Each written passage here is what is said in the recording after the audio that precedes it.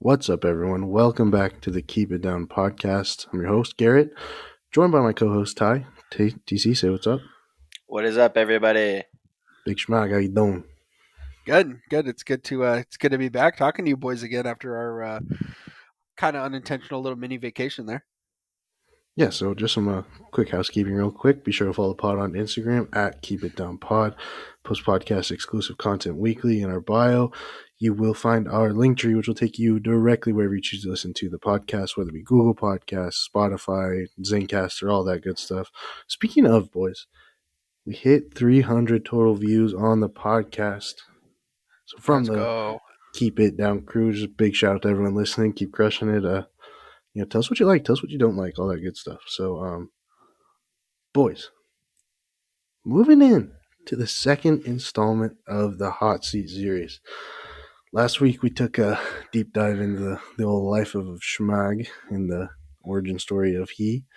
Epic. So this week, TC drew the short straw. So today, our quote unquote guest for the second installment of the Hot Seat series is none other than the middle brother.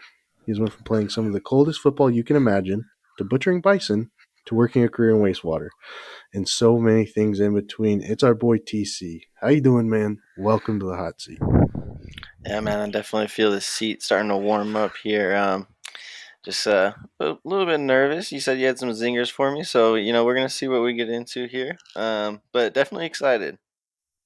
Yeah, Schmack tried to call me before and see if I had any inspiration for him, but I wasn't giving him no hints. So Okay, listen. Here's the thing, though. I didn't need inspiration. I just wanted to see what direction we're taking this. Yeah, you act like you don't know me at all. yeah, come on, Schmack. Hmm. Yeah, I only known you for what past 27 years. TC, let me think about it real quick. I've known you I've been knowing you since how long? I've been knowing you. probably about your whole life. I've been knowing you. I think. Yeah, yeah. Yeah, so we're just gonna kind of do this the same way we have been. TC's kind of just gonna slowly meander us through his exquisite life that he has, and we're gonna kind of stop at certain points and elaborate on stuff, tell funny stories, all that good stuff. So it's gonna be a lot of TC talking and me and Schmag just piecing them up here and there, So Mhm. Definitely, yeah. So just to kind of hop right into it. Yeah, so grew up in Tehachapi. Our first house, like Shamong mentioned, was out in Bear Valley Springs, which is like a little sub community of the greater Tehachapi area. Um, yeah, the first things, like my first memories, man, are like in that log cabin house. Mm. A lot of good memories there. Some not so great memories as well. I remember Schmag was actually watching or supposed to be watching Chach one day, and he wasn't doing such a great job. And Chach was just a little baby infant, and somehow he fell from like probably 10 feet up off the stairs, like onto the first level of the house, straight onto his back. Um, so just kind of a side note there, but yeah, man, those like some of my first memories. Was I don't just know Schmag. how. I don't know how I'm getting flamed. Yes, it's the hot seat episode for Ty, and I'm sitting here getting flamed. Okay. To Yeah, defend myself, I was told to watch the kid, and I shouldn't have been. No way I should have been. I was probably off eating a Twinkie or something, and accidents happen. Okay, not completely my fault, but I well, digress. I no, TC, think it's that's just not go the on. story. another. Mom It's and another Dad were piece playing. of the. It's just a piece of the Chach puzzle. Just why Honestly, he is the way he is. I'm Yeah, pretty sure we'll get to you. Mom and Dad were playing Pac-Man on the PlayStation, and Hmm. Schmag just couldn't wait for his turn to come back, and so he let little old me fall off the stairs. Touch, So I for think Yeah, you're everyone better listening, because of it. if Okay. Schmag tries to be alone with your kids, don't let him. Don't trust him. I digress. Anyway, so yeah, went from from kindergarten to second grade out at Cummings Valley School. Shout out to all my fellow Cougars. And then um, when we were living in that log cabin house, that's the time I really got involved with sports. I started out playing Bear Valley hockey. Me and Schmag were on the same team, coached by our dad. We weren't very good our first 2 years. Really, the thing I remember most about those first couple of years of playing hockey is like even though me and Schmag are on the same team, we would just straight up like fist fight or yell at each other and both get thrown in the penalty box, that kind of thing. Yeah, always that kind of deal. Yeah, I actually want to interject here real quick. I want you to tell the skate with the condor story.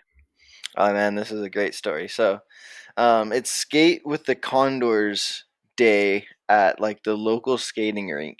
So the Condors are like an AHL team from Bakersfield. So some of their players come up and they put on this little clinic for all like the youth hockey kids. And so it's just like we're doing our warm ups, like we're literally just like skating around the rink. And Chimago's like with the older group, so they're skating one direction, and then the younger kids are skating like the other direction. So one's going clockwise, one's going counterclockwise, and like it's just warm ups. Like you're just cruising along or whatever, and like from half the rink away, I see Schmag coming the other way, and I'm like, oh, this is just a perfect opportunity. He's just like laughing with his friends. They're like messing around, and I just speed up to full speed and just hit him as hard as I can and just absolutely level him, man. And so I guess the Condors player is like, "Hi, no hitting. Whose kids are these?" And my mom's like, "Actually, they're both mine." Yeah, yeah. I So I think the part that I'm like the most bitter about, like not just getting like checked by you, like open rink, like right in the middle. It's the fact that like I didn't even think of it first. Like I totally could have done that to you, and like it would have been justified. Like I'm the older brother, but no, I don't even see you coming. It's literally just like a missile out of nowhere, and I'm just goofing around, and I just remember hitting the ground like a sack of bricks. I had no idea what happened until after it was over. yeah, definitely. And I feel like when I tell that story, everyone's like, "Really, you're just gonna like cheap shot your brother like that?" But I man, mean, I like our house, deserved it. yeah, like our house was always just so competitive, and like also we just loved messing with each other. So it's just the perfect opportunity. I think we all gave it as much as we got it. You know what I mean? So, uh, yeah, that was a great memory for sure because I was on the right end of it.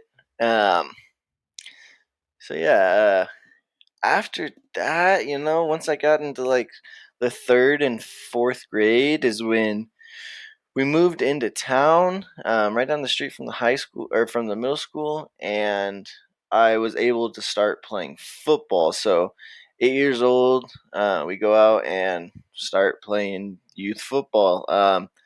My first year, I was not very good. In fact, like I just wasn't into it. I wanted to quit, but my parents were like, "Hey, you signed up for it. You can't quit." Even though I'd cry after practice or going to practice every day pretty much. And they're like, "Hey, you signed up, you wanted to play, you got to stick it out."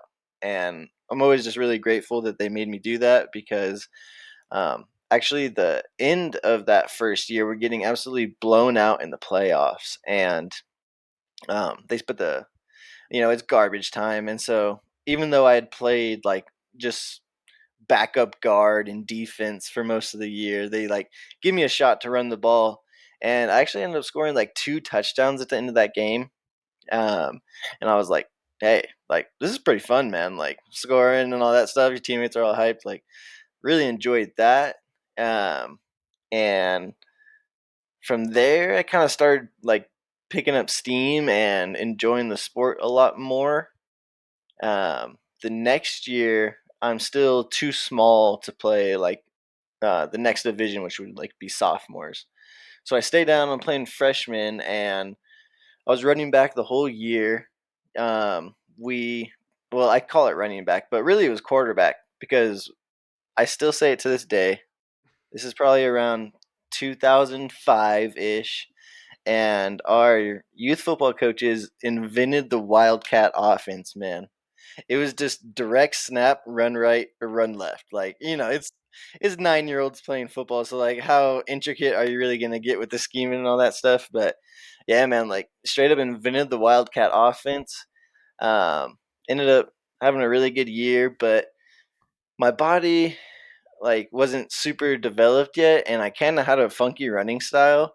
Mm. And so my coaches gave me the nickname of Crazy Legs, and because like my feet would go flopping in the wind when I was running and whatnot, like just get that kind of mental image in your head. Um, then yeah, so once we had moved into town, I started playing football. I actually go over to a new school, Tompkins Elementary, baby. Shout out to my Tigers. You know what I'm saying? And kind of a funny side note here, I get involved in like the student body, like I don't know what you would call it. It's not government, but It's like yeah, it's like student government. yeah, like student government. And so like when I'm in fourth grade, I'm just like, hey, why not? And so like I run for vice president, and like, dude, I should have like had a campaign going.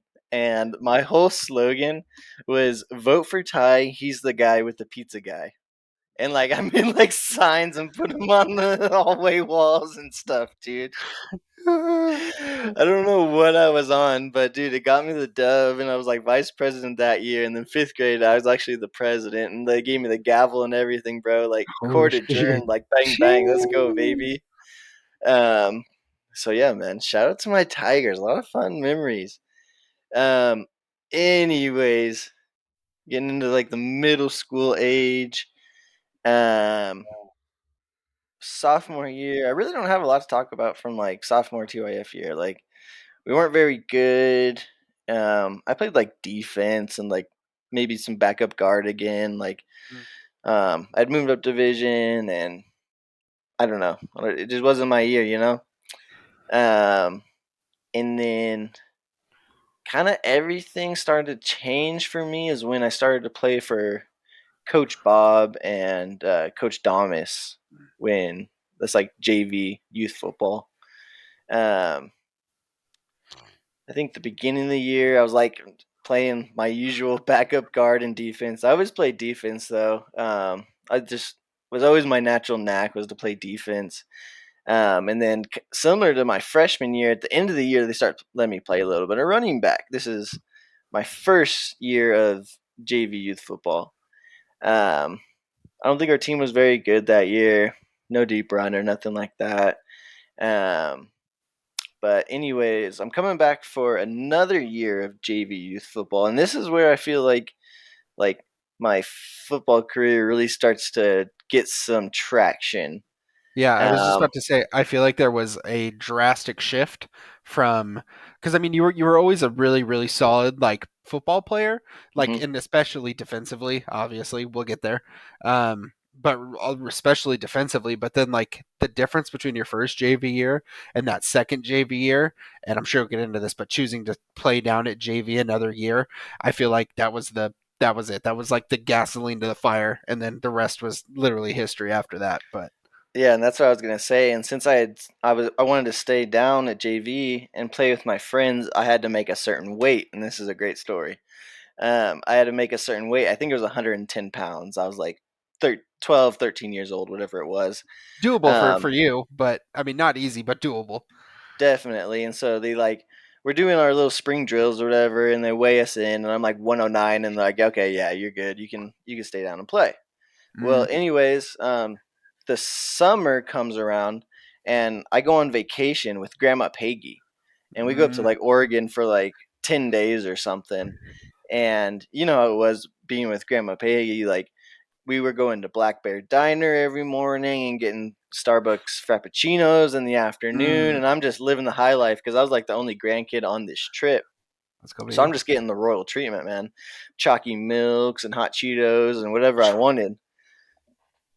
Anyways, the 10 days is up, and I come back, and time to go back to football practice, and I weigh in, and I'm like 119, bro. Getting like 10 pounds, and I'm like, uh oh. And so, Big chungus.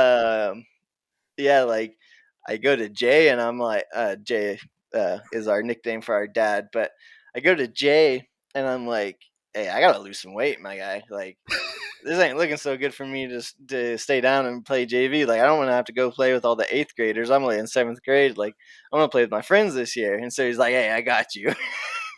Yeah. And so he basically puts me on the keto diet, but it was before it was called keto. It was still called paleo at the time. So I'm literally bringing like 2 chicken breasts to school to eat, like in my packed lunch when everyone else is having snack packs and zingers and all that stuff and all the goodies in their lunch.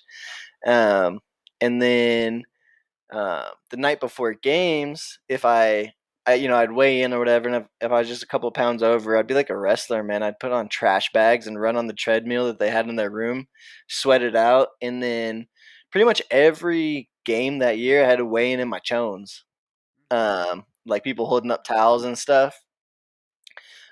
Which kind of leads me to my next point was like I was one of the bigger kids out there, like one of the more developed kids out there, and yeah, that year is really when I started to gain some traction.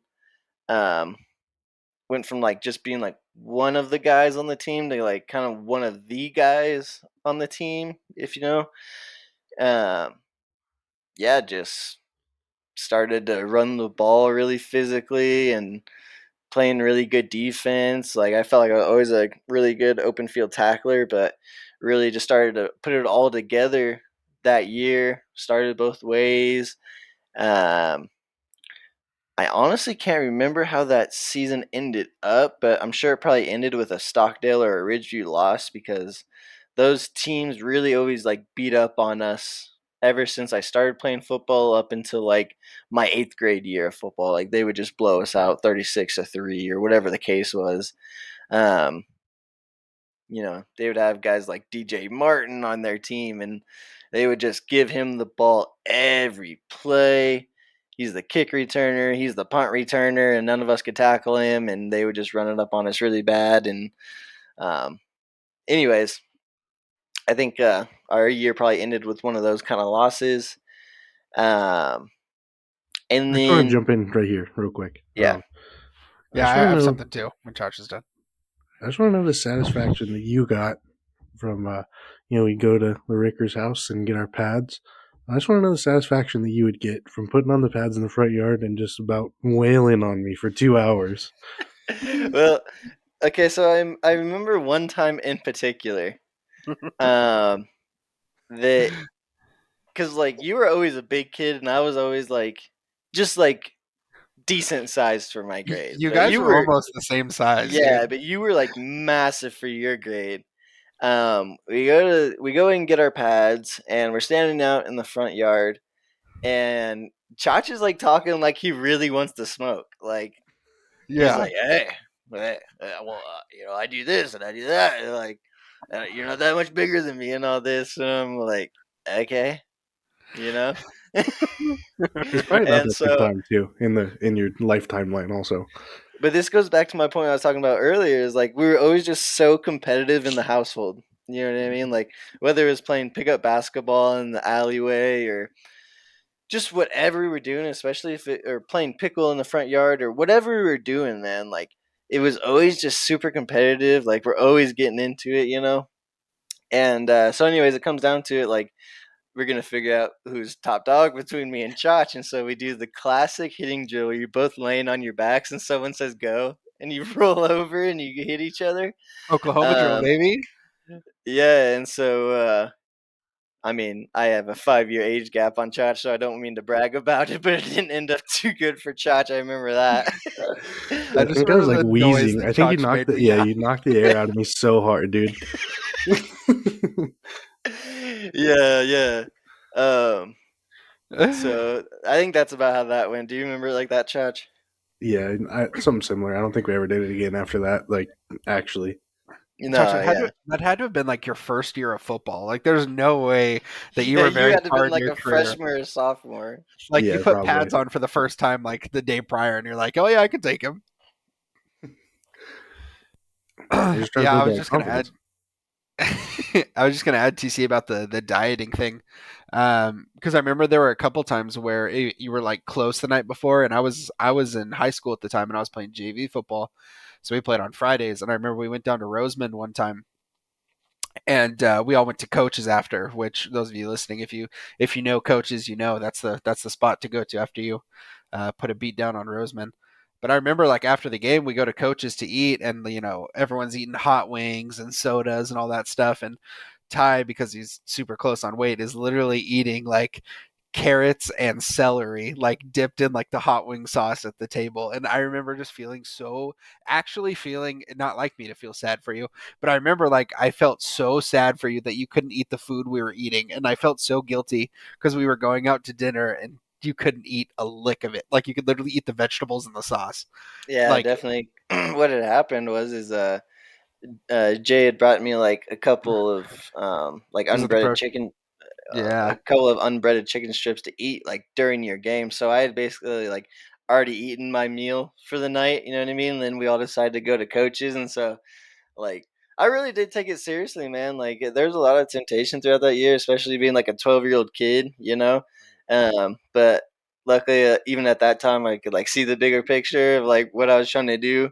Um, Plus, man, the attention from the ladies was nice because like I was dieting and running every day. I'm 12 years old, so I'm like all like skinny shredded. You know what I mean? So Yeah. when I'd pop that shirt off in the JMS locker room, I was like, Dang.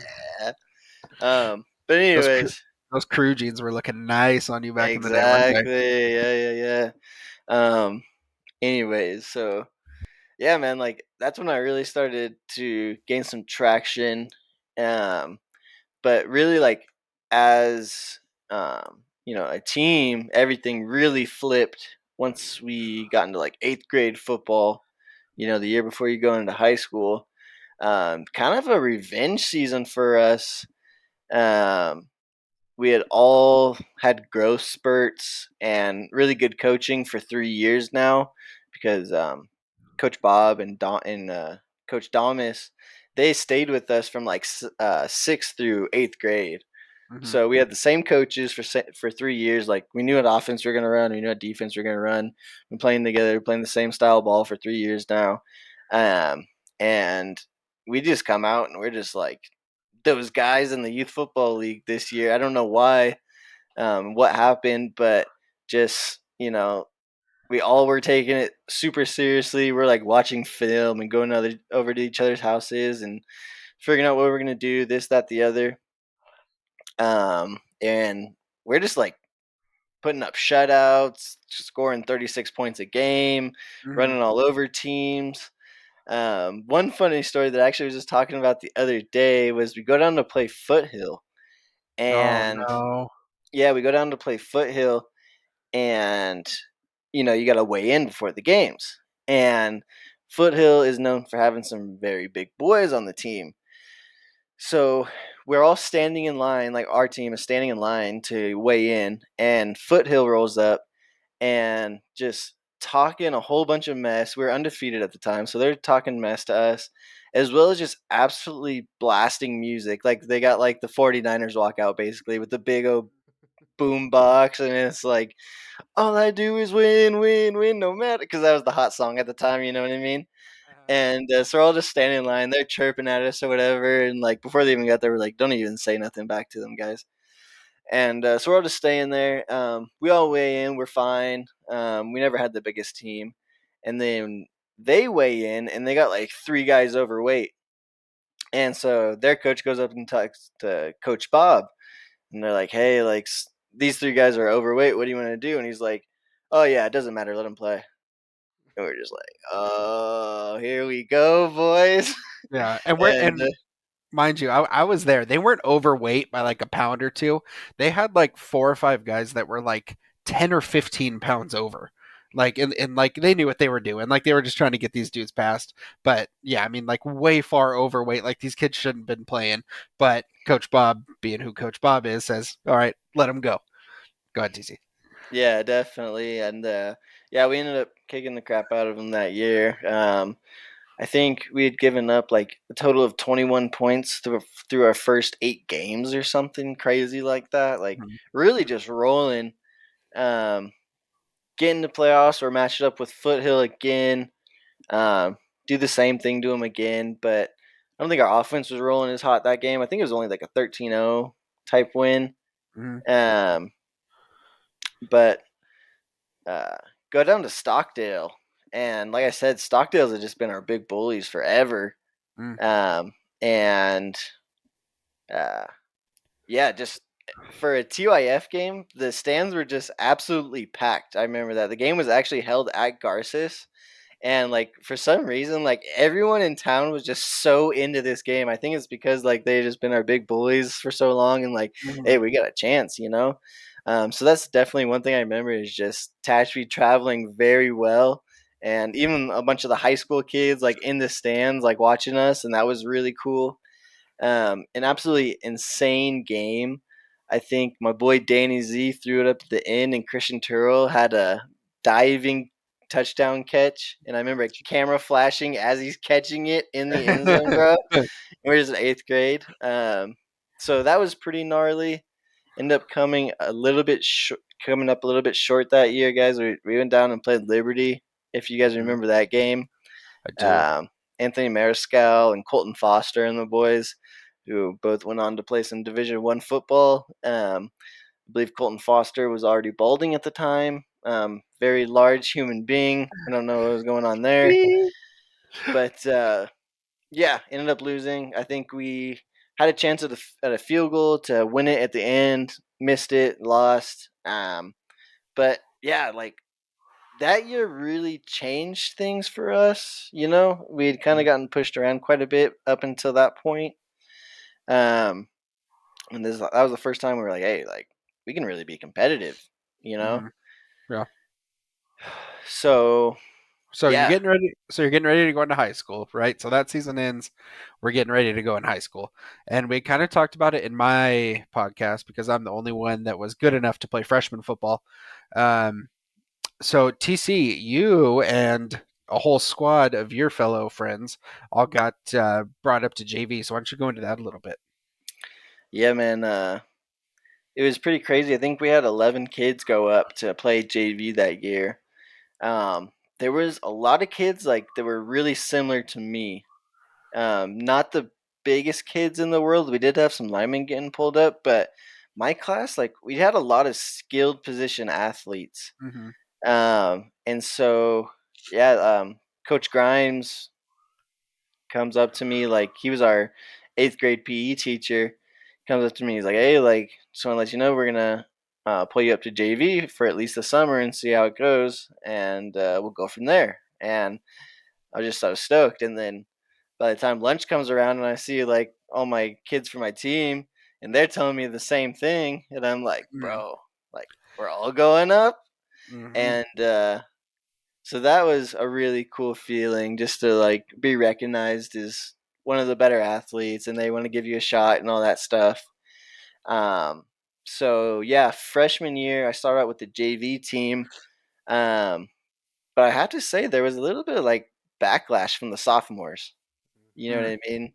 You go Yeah. up there and they're like, "Oh, you're not gonna be playing eighth grade football anymore. You can't do this, can't do that." Like, and I get it. It's competition, man. Like, you know, you're basically gonna steal some of their spots. Like, especially with such a large class of freshmen coming up, like Yeah. spots are gonna get taken if I mean, you're gonna stay up there. it's why you're there. I mean, that's why you get pulled up. You know, I mean, you're going to be taking someone's spot. So. Exactly right. So, the summer goes well for all of us freshmen, and they decide they're gonna keep all of us. And our first game is at Exeter, which, side note on this, is still the hottest football game I've ever played my whole life.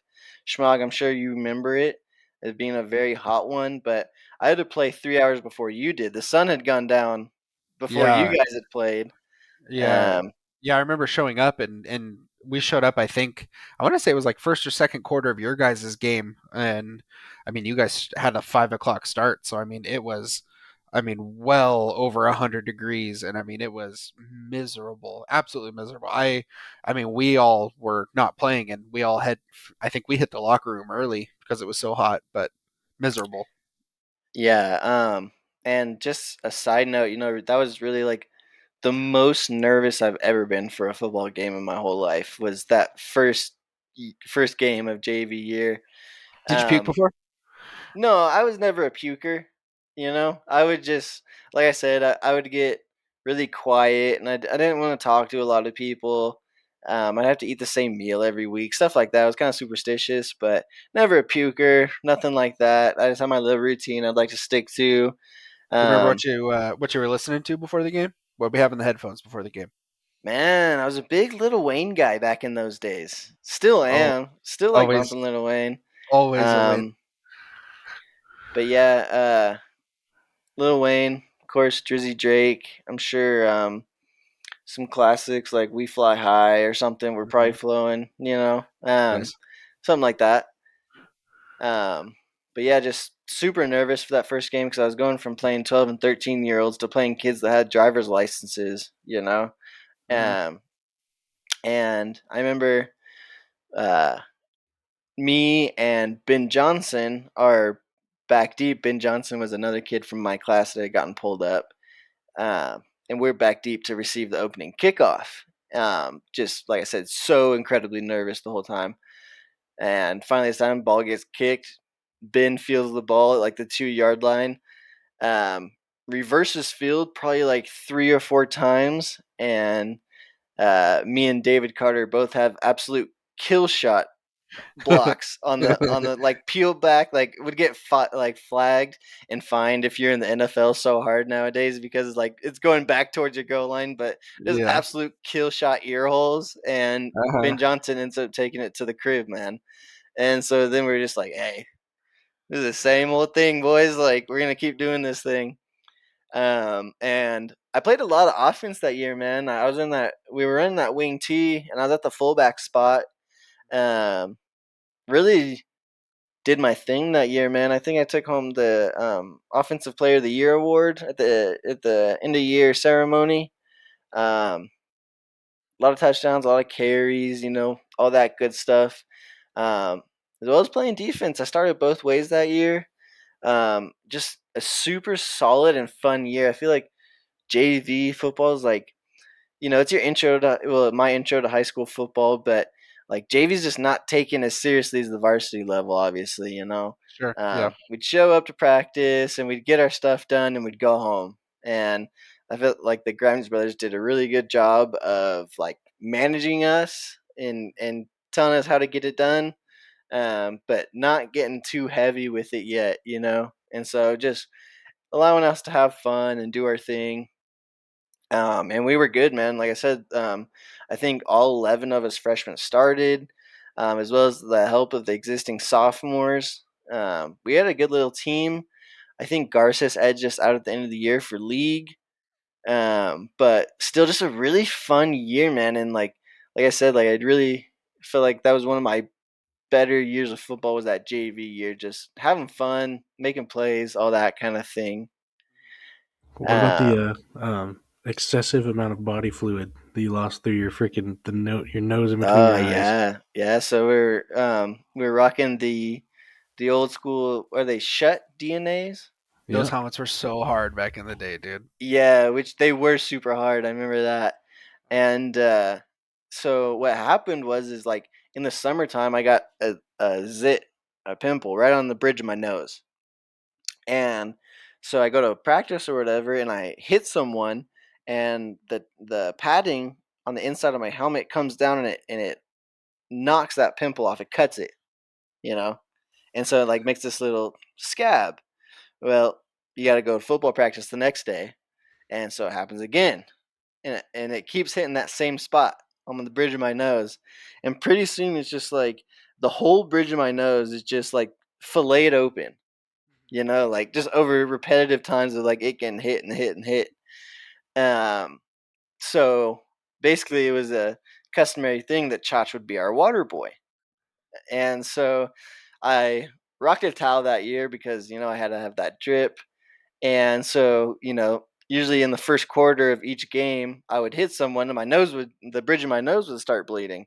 So I'd start using my towel to try to get the blood off. And pretty soon my towel is just absolutely soaked in blood. And so Chach also had a special towel for me that was like black because like the towel I was rocking was like white. And so it'd start bleeding, and I tried to hide it from the refs as best I could with my own towel, but inevitably it'd just be running all the way down my face, like onto my jersey, getting everywhere. So they would send me out, and then I would just be so pissed off that I would be getting sent out. You know what I mean? So we tried everything, man. We tried like breathing strips on it, new skin, whatever we could do, and like it was pretty gnarly on those sidelines because they're literally like sometimes we were just super gluing it shut and just putting it back together basically because it's just a fillet. Yeah. Um, Pretty gnarly, but I think the most frustrating thing was like they would just make me leave the game. I'd like just be missing plays. just the absolute worst, you know. Yeah, I remember Taft when we played them at the it might have been like the last game for you guys. You're on JV TC. But I remember playing Taft, and you had taken a couple like super late hits that game, and you could might have been mildly concussed after the game. But I just remember seeing you after like your game, and you were just bleeding all over the place. You're literally there's blood all over your uniform.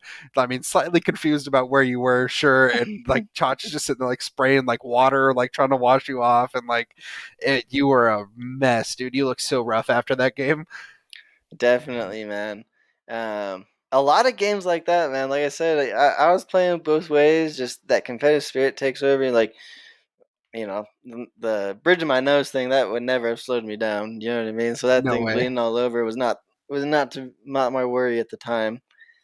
Um, yeah. So I think that Taft game, Schmag, interesting enough, was the last game of the year for Hmm. us. That was the league finale. Hmm. Um, After that game, Coach Grimes comes and gets me again, and he's like, "Hey, like great season. Just want to let you know, like they want to pull you up for playoffs."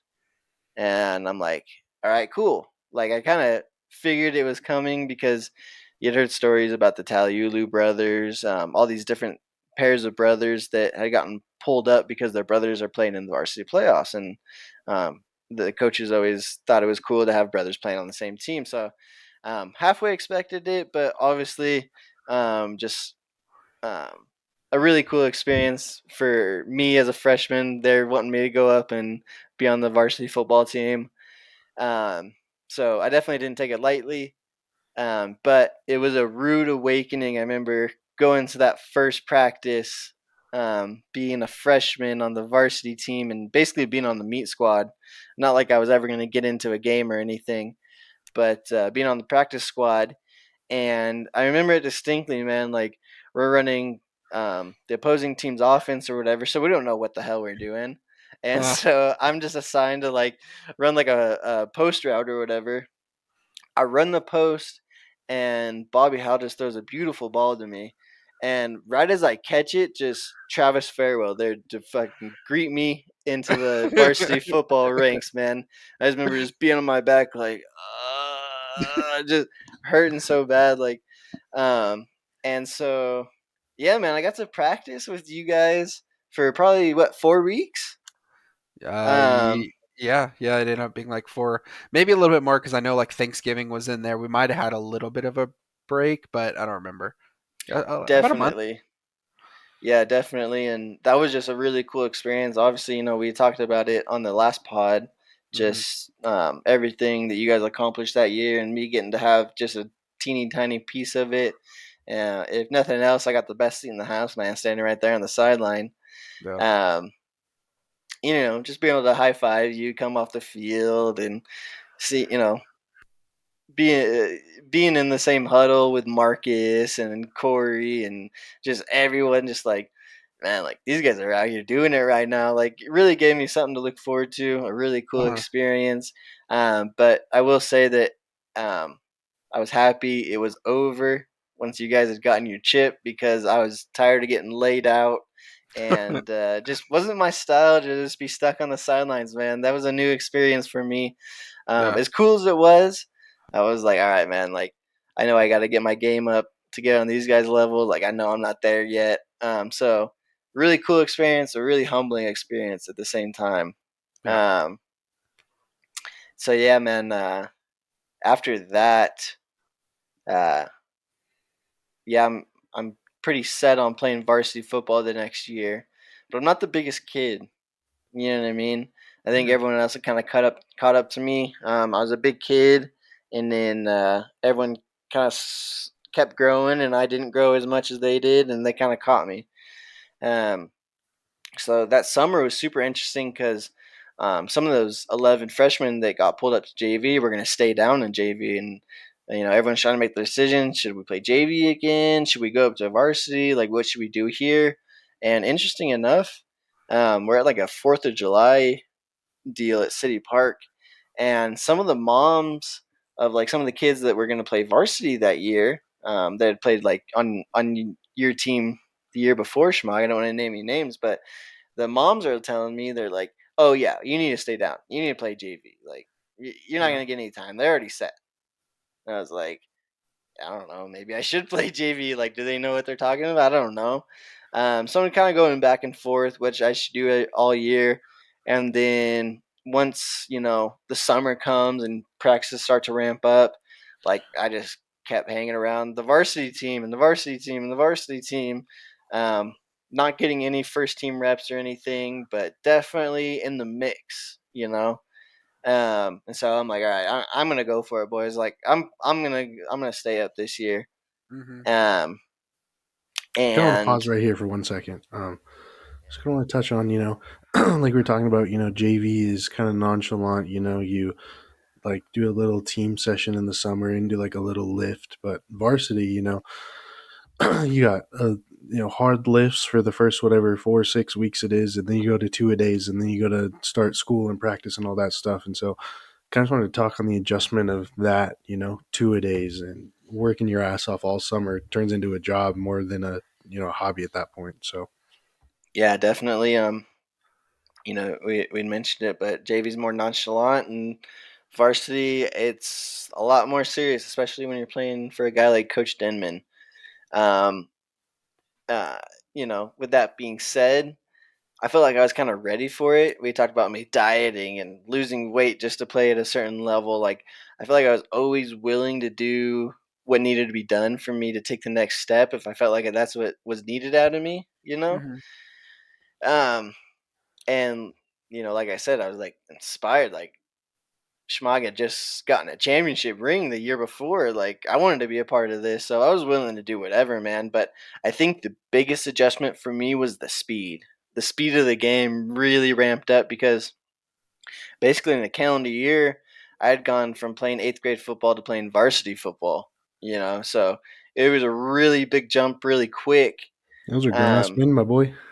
yeah, exactly. Like one year I'm playing 13-year-olds, the next year I'm playing 18-year-olds. You know what I mean? So, Hmm. a huge jump. And like I said, I wasn't the biggest kid, but um, yeah, like just really kind of leaned on my playmaking ability a lot, and I think the coaches kind of saw that in the summertime. Just my willingness to jump out there and get involved in the drills, and if the ball was thrown my way, I'm gonna catch it. Like all that kind of stuff. Like just doing the little things correctly, even though if I'm not the biggest or the fastest guy, or I'm not Corey and can just box out all three defenders and go up and make the catch over everyone, or Marcus who can just plow through three defenders into the end zone like no one's business. Like I'm gonna do the little things correctly. I'm gonna be aligned. I know what my assignment is, and I'm gonna give it my effort. So, uh, anyways, I'm hanging around with the varsity team all summer, and we go into our first game. I believe it's Exeter again, and I wasn't starting. I wasn't starting the first game of the year, um, but I'm kind of in the substitution mix. You know what I mean? Sometimes I'd like run on the field if we're going to make an adjustment or whatever the case is. As well as offense, I was getting a couple touches like here and there. Um, Mostly at that was at the Z spot. You're getting like the outside bellies and stuff Hmm. like that. So they're just sprinkling me in a little bit here and there. The first game, I don't think I really played too much. The second game, however, is the Burrows game. Hmm. And Burrow's game, the guy ahead of me at the linebacker spot goes down. And so now I'm thrust into the starting role. And I actually ended up making the most out of it. Had a strip sack as well as a interception on the goal line. And a pretty sweet little run back as well, like a 30-yard little run back. And really from that point on, I didn't have like sole possession of the starter job, but I'm way more in the mix. Like I'm splitting time for sure. And then as well as my offensive snaps are really picking up because I'm not playing full time defense. So I'm running those outside bellies or tug plays or like little specialty stuff. You know what I Hmm. mean? Um, think I ended up having like 5 touchdowns that year, as well as a handful of picks, handful of sacks. So really like some splash plays mixed in there, even though I wasn't like a steady starter. Um, but at the same time, it's easy to make plays when you're not the main focus. You know what I mean? We had so many studs coming back from Schmug's championship team that no one's game planning for me. Hmm. Um, you know, Adam and Corey and Marcus are getting double teamed, so I'm free to run around and make plays and do this or whatever. Um, yeah, uh, you know, great year of football.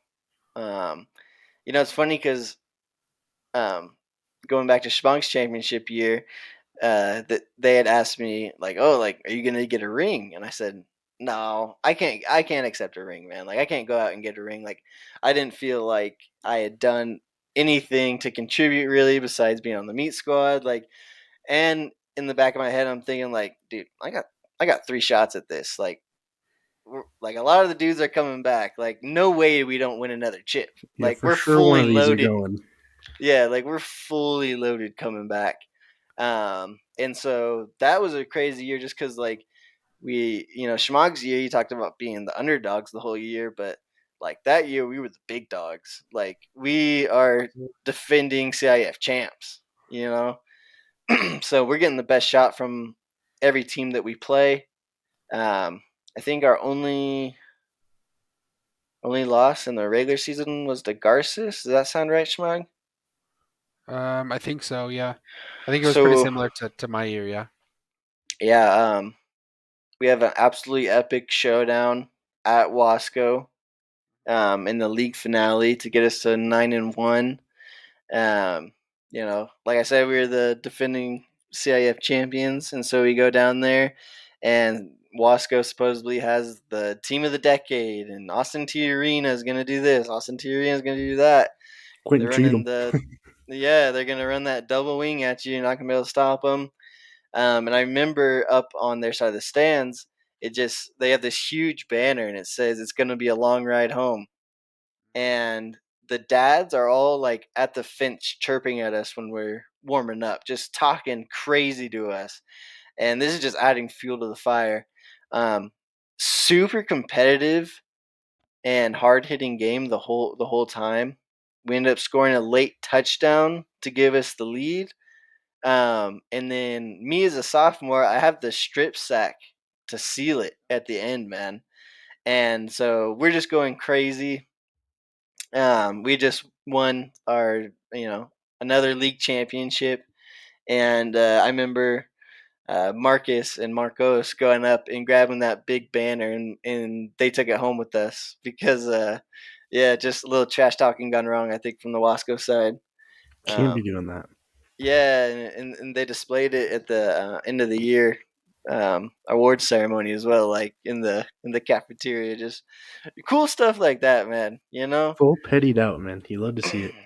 Exactly. Yeah. So yeah, like I said, we had a great season. We get rewarded with the first round bye, um, and now it's time to play Sunnyside again, of all people, in the second round. But this time we get them at our place. And again, same story as with Schmug. They are a lot of athletes. They're much bigger than us. They are on paper should beat us by 40. But you know they are a very pass heavy team. Like to spread the ball out a lot. And lo and behold, on this fine Tehachapi night, the fog rolls in heavy. Hmm. And I'm talking like unsafe driving conditions heavy. Like you can't see 20 feet in front of you. And so for a pass heavy team, you can see why this is an issue. Um, you know, as well as just incredible run by Marcus, and I think 3 or 4 crazy splash plays by Corey. We ended up beating them 28-7, something like that. Um, a little different style game than Schmag had, but ended up getting the dub. And now we have to go back down to Garces. And this is the final four. And, Garces had gotten us early in the year, but it was a close game, like 21-14 or something, and we definitely felt like we did not play our best ball. But as usual, they got the Shamus and the big fullback and the tall receivers, all that kind of stuff. But man, we got Coach Denman. Like, we in the Final Four, man. Like, we're about to go back to back here. And just, you know, another crazy, crazy game unfolds. We come out on the wrong side of it, and I'm just crushed, man. I remember just crying on the field, like, dude, like, what a magical year! Like, not just for me being a sophomore, being able to start on that team, but like, everyone thought we were going back to back. Like, not in a cocky way, but in the back of our minds, we're thinking like, we're gonna really do this thing. Came up short. I'm crying on the field, and I remember Coach Ruggles coming over to me and be like, "Curry, why the hell are you crying? You still got 2 more chances." And I was just like, yeah, man, like, it was just sad, like, again, like, that was one of my favorite years of football just because I was not the center of attention. I was able to run around and make plays, and not a lot was expected of me. So when I did make plays, like, it was like, holy shit, you just made a play. You know what I Yeah. mean? Like, definitely one of those kind of deals. Um, so just a real crusher. We Yeah. try to gather ourselves back up for my junior year. Um, just a really tough year, man. Probably one of my toughest years of football.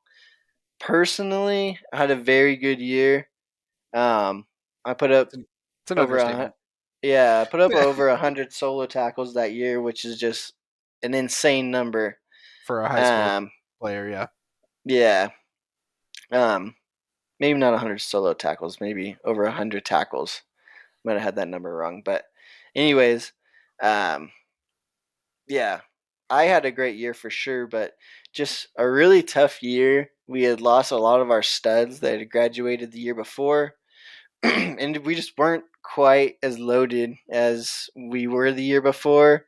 Some of the playmakers were gone, and just a very rough adjustment period to when that happens, um, as well as some of my fellow classmates were kicked off the team after this second game of the season.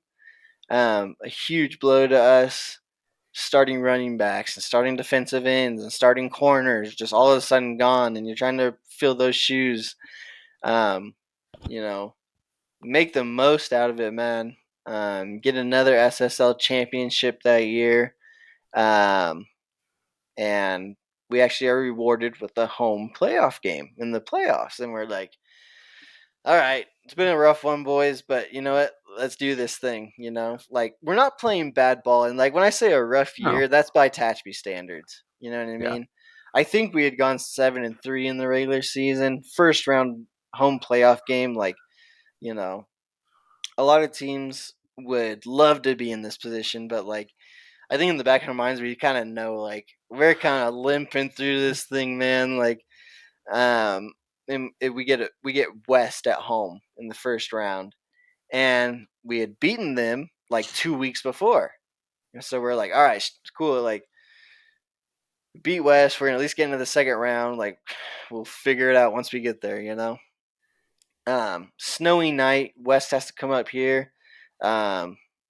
Not gonna say we thought we had it in the bag, but definitely thought we had a great shot to get that win, especially since we had beaten them earlier in the season. Um, we just played the worst game that you could possibly play. I fumbled the ball on a drive to get us back into the game. Um, we throw picks, we miss tackles, just the whole shebang. Everything just total meltdown, and we end up losing to a team that we should have beat, especially at home. Um, just a side note, man. I've never seen like our parents as well as like the other kids' parents like just be so like we could have got lynched that night, dude. Like, so disappointed in us. Um, I just remember like them just being so blunt and honest with us. Like, that was the worst game of football I've ever seen you guys play. Like, what the fuck were you doing? And you're just like, I agree with you, man. Like, I don't know what the hell happened out there. Like, Gotta take your um, licks, man. That was just it. Exactly. It was so different too because normally at the end of the season, it's like you lose a playoff game and you get a lot of, hey, listen, like you guys, you played a great game. Sorry it didn't go well for you, yada yada. But dude, that was like a environment like I had never like seen before in like all of my years of football up to that point. Like you're right though, it was rough, man. Like there was, yeah, it was really really rough from like a bunch of standpoints, but that was a crazy one for sure. Yeah, because it was never really self-inflicted. It was always like Mm-mm. running into a Garces late in the rounds, or Yeah. the team like Sunnyside, even something like that. But losing to West at home with self-infliction is a little different. Definitely, and like not to say West was a bad team because they definitely had some athletes, but we had handled them already earlier in the year and just really rough, man. Like I said, like we had just like my grade and our class, like we were picking up steam since we were in eighth grade. Like we're gonna do this, we're gonna do this. Like picking up steam, picking up steam. We're hitting these milestones. We're doing this. We're moving up to varsity. Like everything's happening so quick, and then yeah, just really the first time you were just like, damn, like that sucked, bro. You know? Mhm.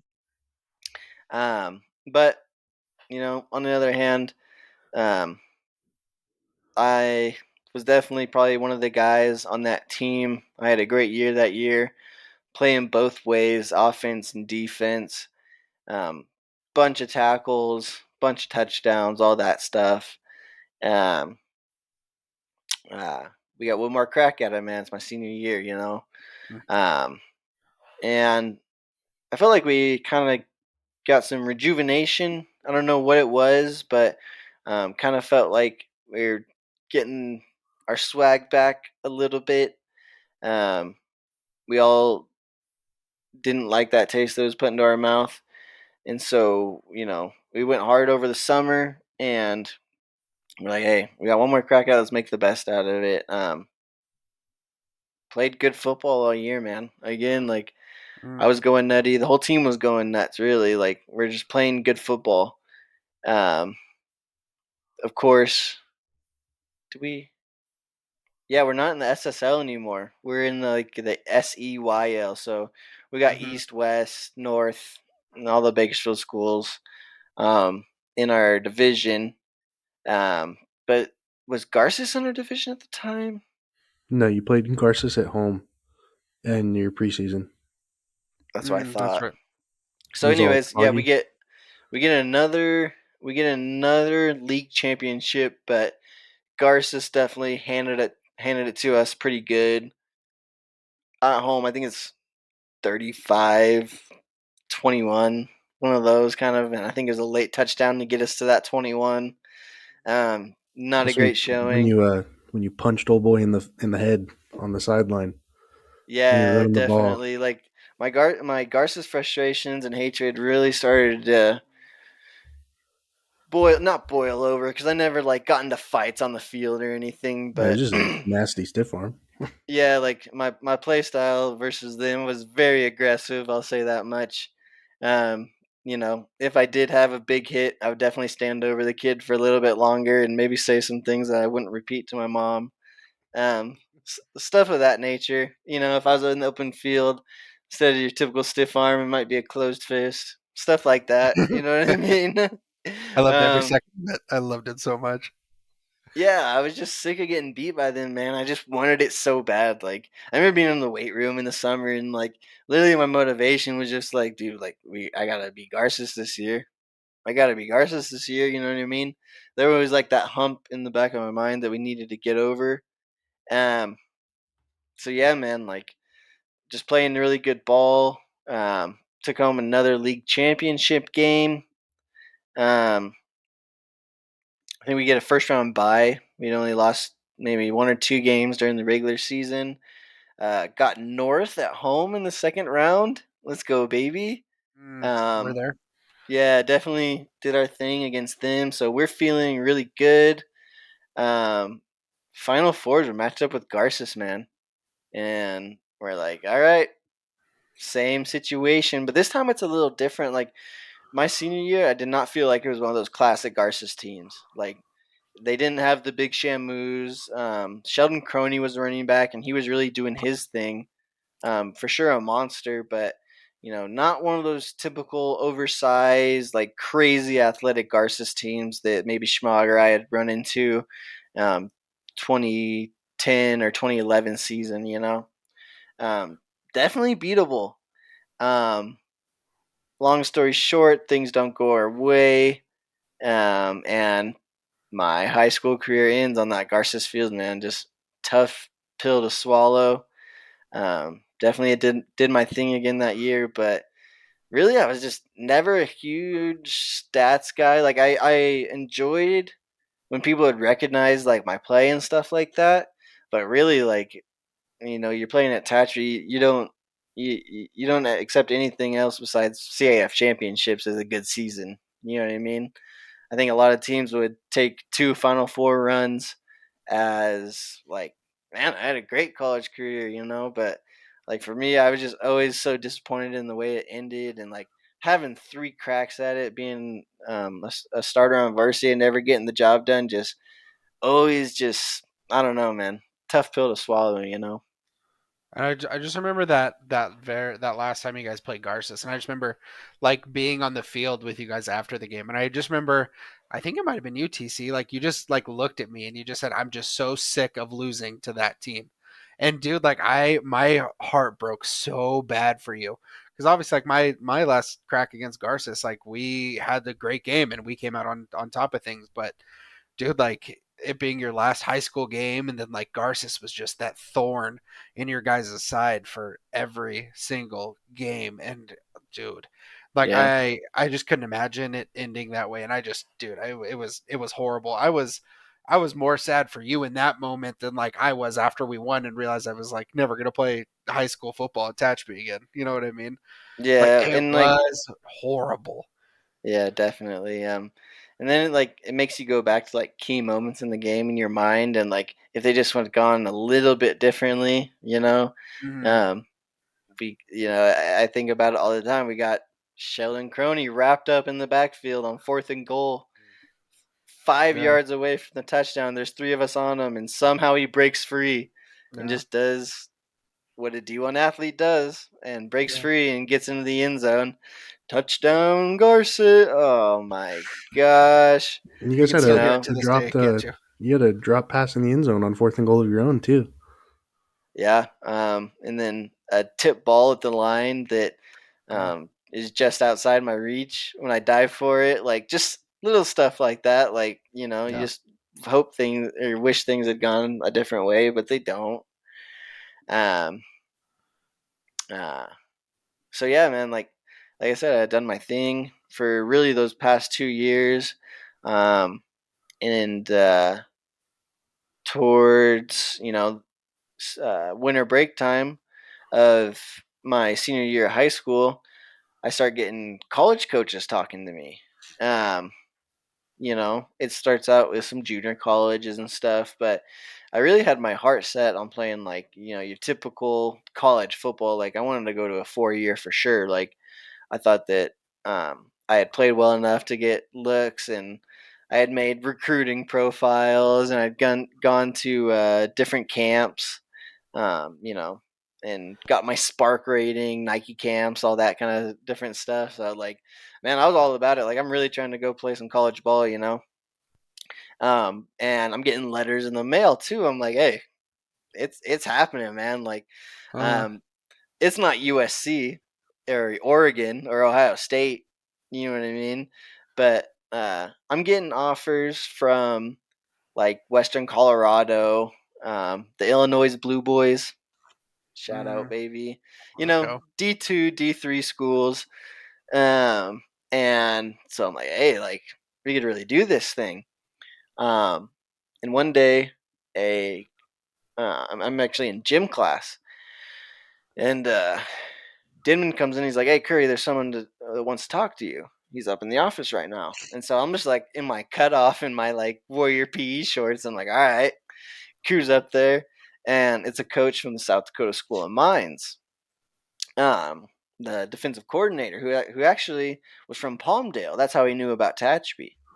Um, So, he's talking to me. Hey, I'm gonna come give you a look, like this, that, the other. Why don't you come check out our school? Telling me a little bit about the school. It's an engineering school. It's a 4-year university, Division II school. We play teams on the West Coast. Your parents can come to the games. This, that, the other. And I'm like, all right, cool. Like, I'll give it some consideration, but they were only offering me to walk on, basically. Hmm. Um, Whereas from some of the other D2 and D3 schools, I had, um, you know, at least partial offers, a couple of full schollies. Um, so I don't really know what I'm thinking here. Because You you know were what I always mean? really I'm like, in the classroom too. Like you took like some AP classes, and you were always really good in the classroom as well. Yeah, So you had those grades, man. No wonder they were talking to you. yeah, definitely. Just I don't know, man. Like school was never really hard for me in high school. Hmm. You know, like Same. it, high school, I felt like I showed up and I did my homework and I got good grades. Like I didn't think it was that big of a deal, but like some of my friends would struggle in school and stuff, and oh, dude, you're so lucky, you're so smart. I'm like really just doing what the teacher tells you to do, and you'll be straight. Like, you know what I mean? Plus, I feel like I am a smarter dude. You know what I mean? Like, just kind of naturally gifted that way as far as like book work and stuff like that goes. I can pick up on it and stuff. Um, so yeah, like I'm talking back and forth with a couple different coaches, and then I figure out that a guy from Schmog's grade, Nico, is actually going to this South Dakota School of Mines school. Hmm. And I'm like, oh, that's kind of cool. Like that'd be kind of cool to go out there and play with Nico. Hmm. Um, and then a kid that had actually moved away, but was part of my 8th grade team, Daniel Ziegler. He hits me up on Instagram and is like, bro, like South Dakota School of Mines have been talking to me. And I'm like, no shit.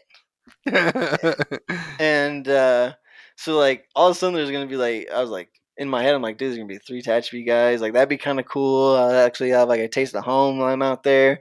And then I'm doing research on the school, and I figure out that engineers are making like 85K first year out of college.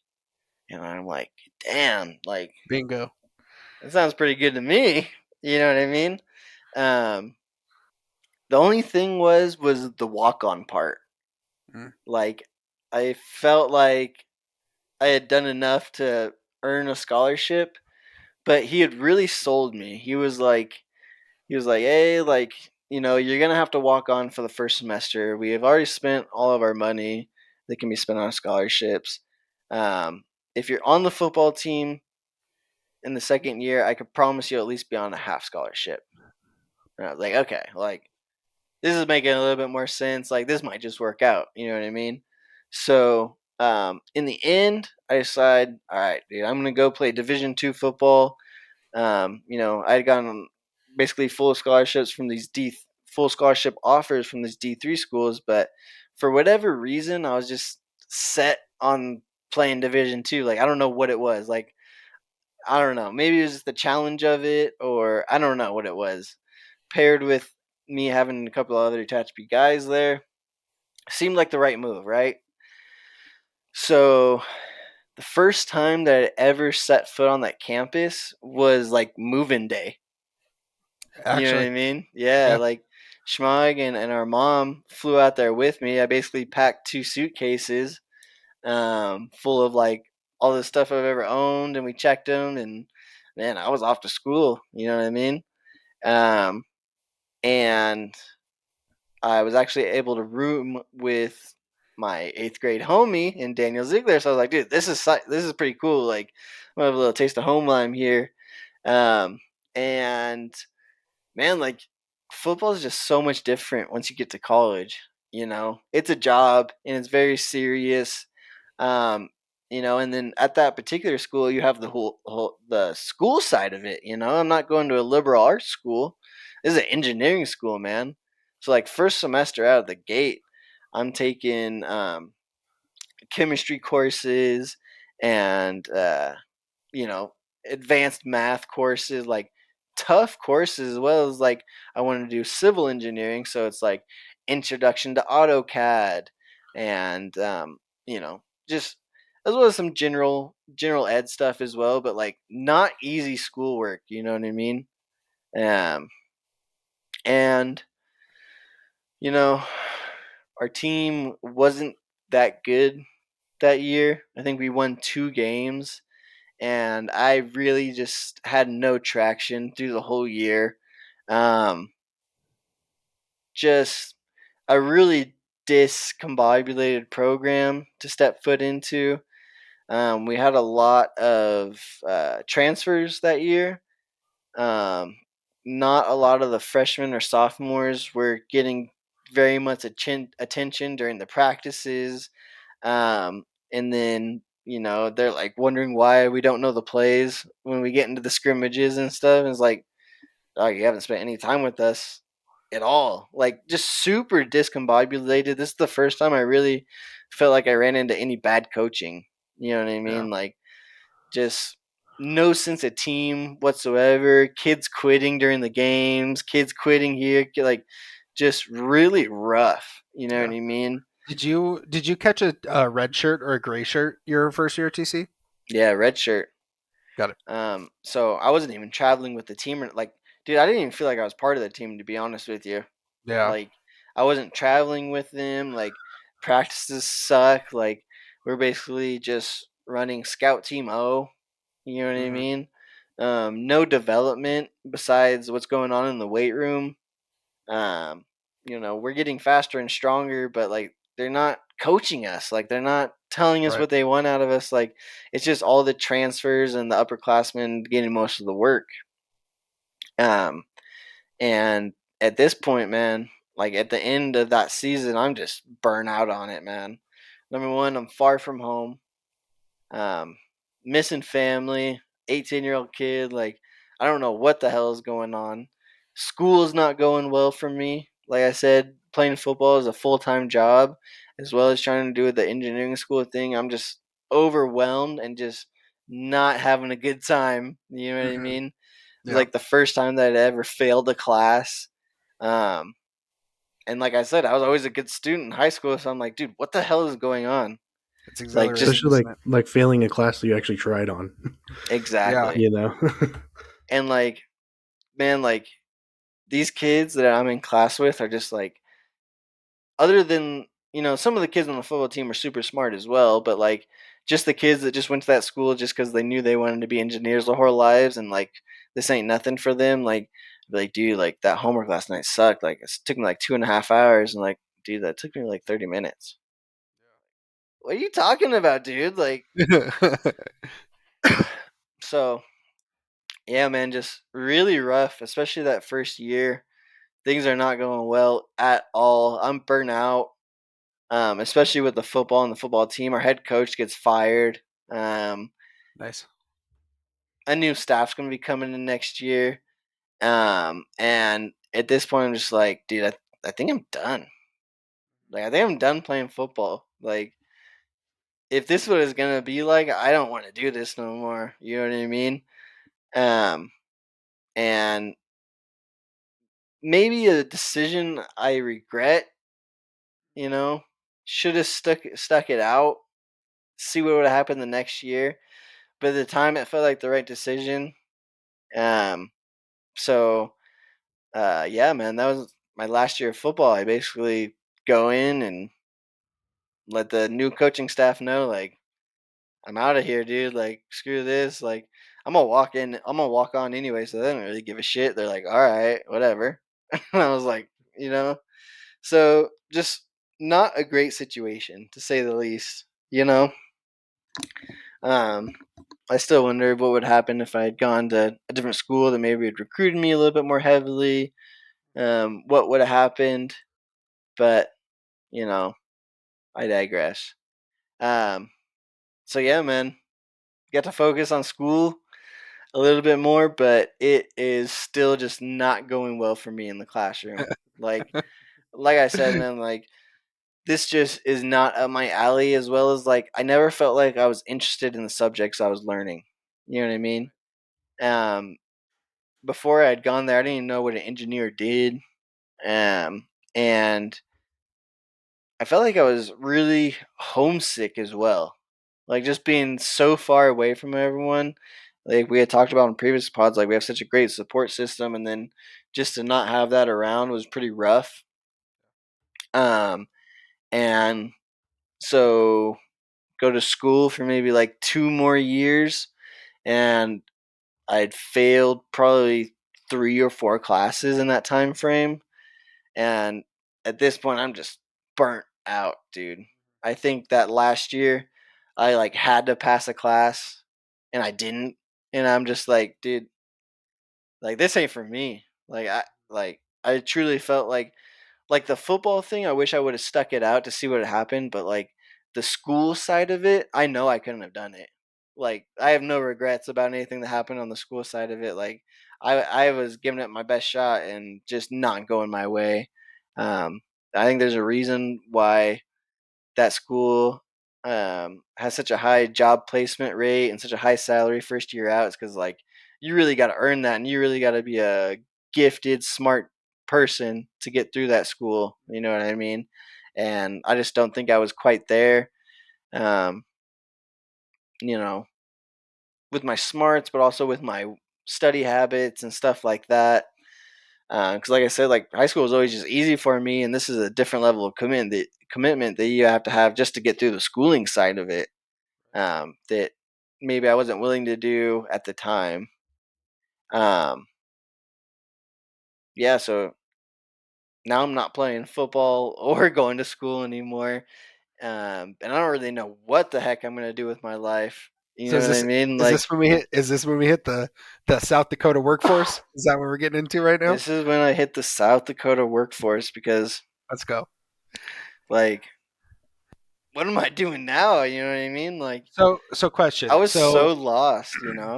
So I kind of had a similar experience where it was like I felt like you said really lost and like I wasn't playing football anymore. I wasn't going to school anymore.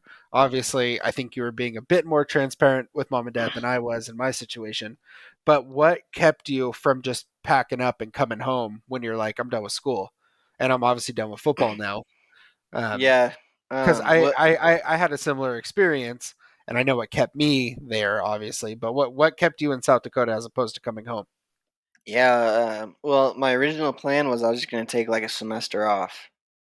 You know what I mean? Like try to regroup and go back.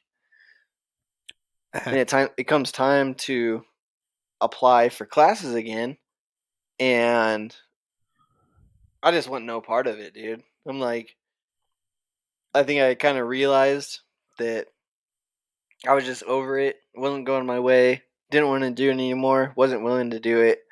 And so basically ended up staying like another year because like I said, it came time to reapply and I didn't even reapply or anything. And I don't know what to do. Like I didn't know what my other options were. Like I didn't necessarily just want to move back home. Yeah.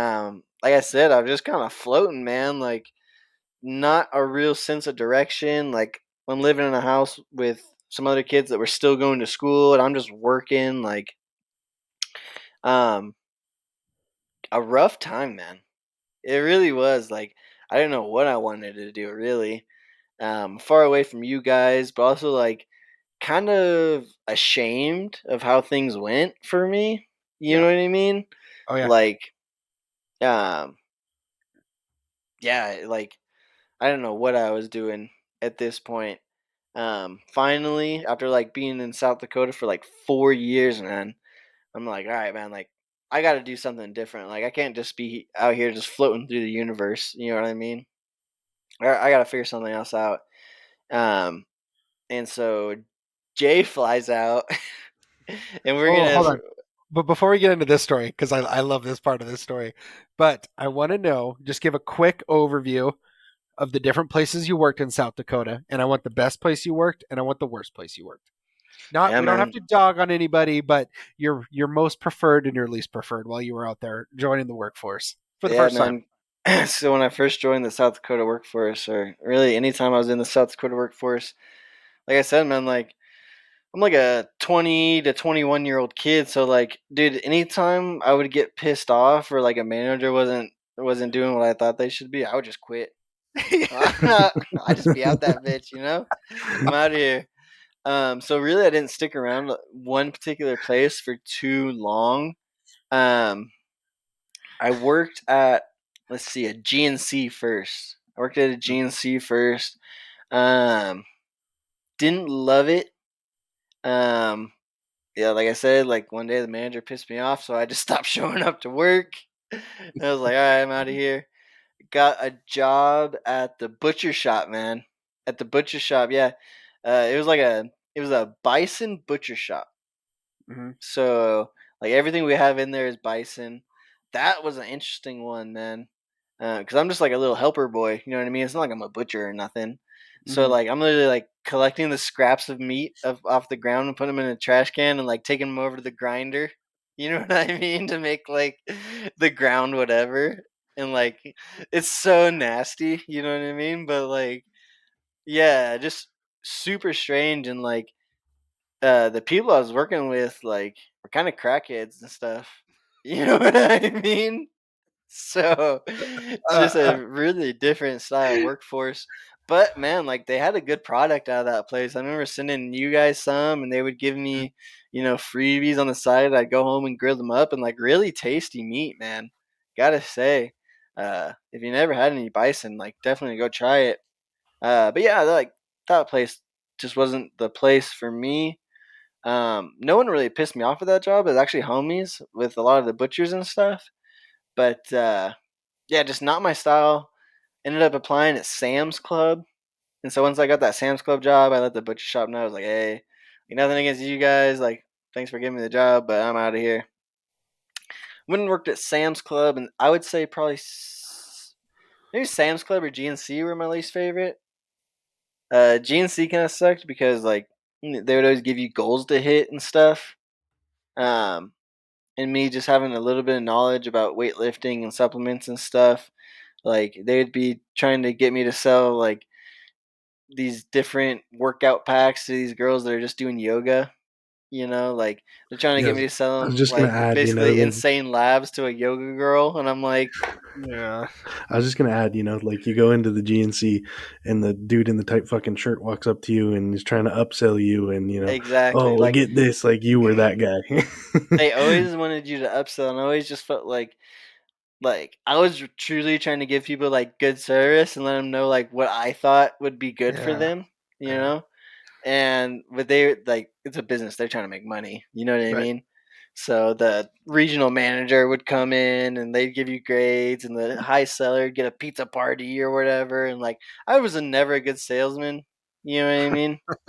Um, so I definitely that wasn't my favorite. But Sam's Club, man, that's a different animal. Schmug, you worked at a grocery store, and like the old ladies yelling at you because there's no Diet Coke out on the floor. Like, Oh, it's nuts. Like hey, it's your fault. lady, I just work here. Okay. Like Like, and I'm barely here, just so you I'm know. not Sam. Yeah, I yeah, am not like, Sam. Ty. like, let me get back to stocking these eggs, lady. Like, I'm trying to get to break here. And so that one kind of sucked as well. I actually worked at Sam's Club for quite a while. Mhm. And then kind of was getting over that. And then worked for like a different nutrition shop, which was a little bit better. It was like a locally owned nutrition shop called Complete Nutrition, Mhm. and that one was a little bit better just because you didn't have like the regional manager aspect of things. Still had to be a salesman, which was never my favorite, but just because I was like into the gym and stuff, like I always found my way back to that world. You know what I mean? Yeah. Especially when I was just working those odd end jobs, like And just getting discounts on the protein and the creatine and all that kind of stuff. that market was really just booming at the time too. It was really really popular. It was really popular on social media and YouTube and everything. And it was a great field to be in at the time. And I know that TC you were I mean you were good at your job while you did it for sure. But it was just really popular, and there were just shops opening up everywhere. Tehachapi even had a couple. Yeah, definitely. Wasn't making it killer money or anything, but was definitely paying rent, getting massive discounts on the supplements, and um, like really at that time, I started to get back into the gym real heavy. Um, After I stopped playing football, I actually like put on a good amount of weight and stuff. You stop exercising as frequently. Plus, just like I said, was not having a good time. So just eating a lot, getting into some bad habits, drinking, stuff like that. I packed on some pounds, man. I think it was up to 210 at my heaviest. Um, and not the biggest guy. I'm like 5'10", so 210 on a 5'10" frame is pretty chunky. You know, especially since I was a thin guy my whole life. And so like I said, started getting back into the gym pretty heavy, and so I think that's why I kept finding my way back to like those little nutrition shops and stuff. So.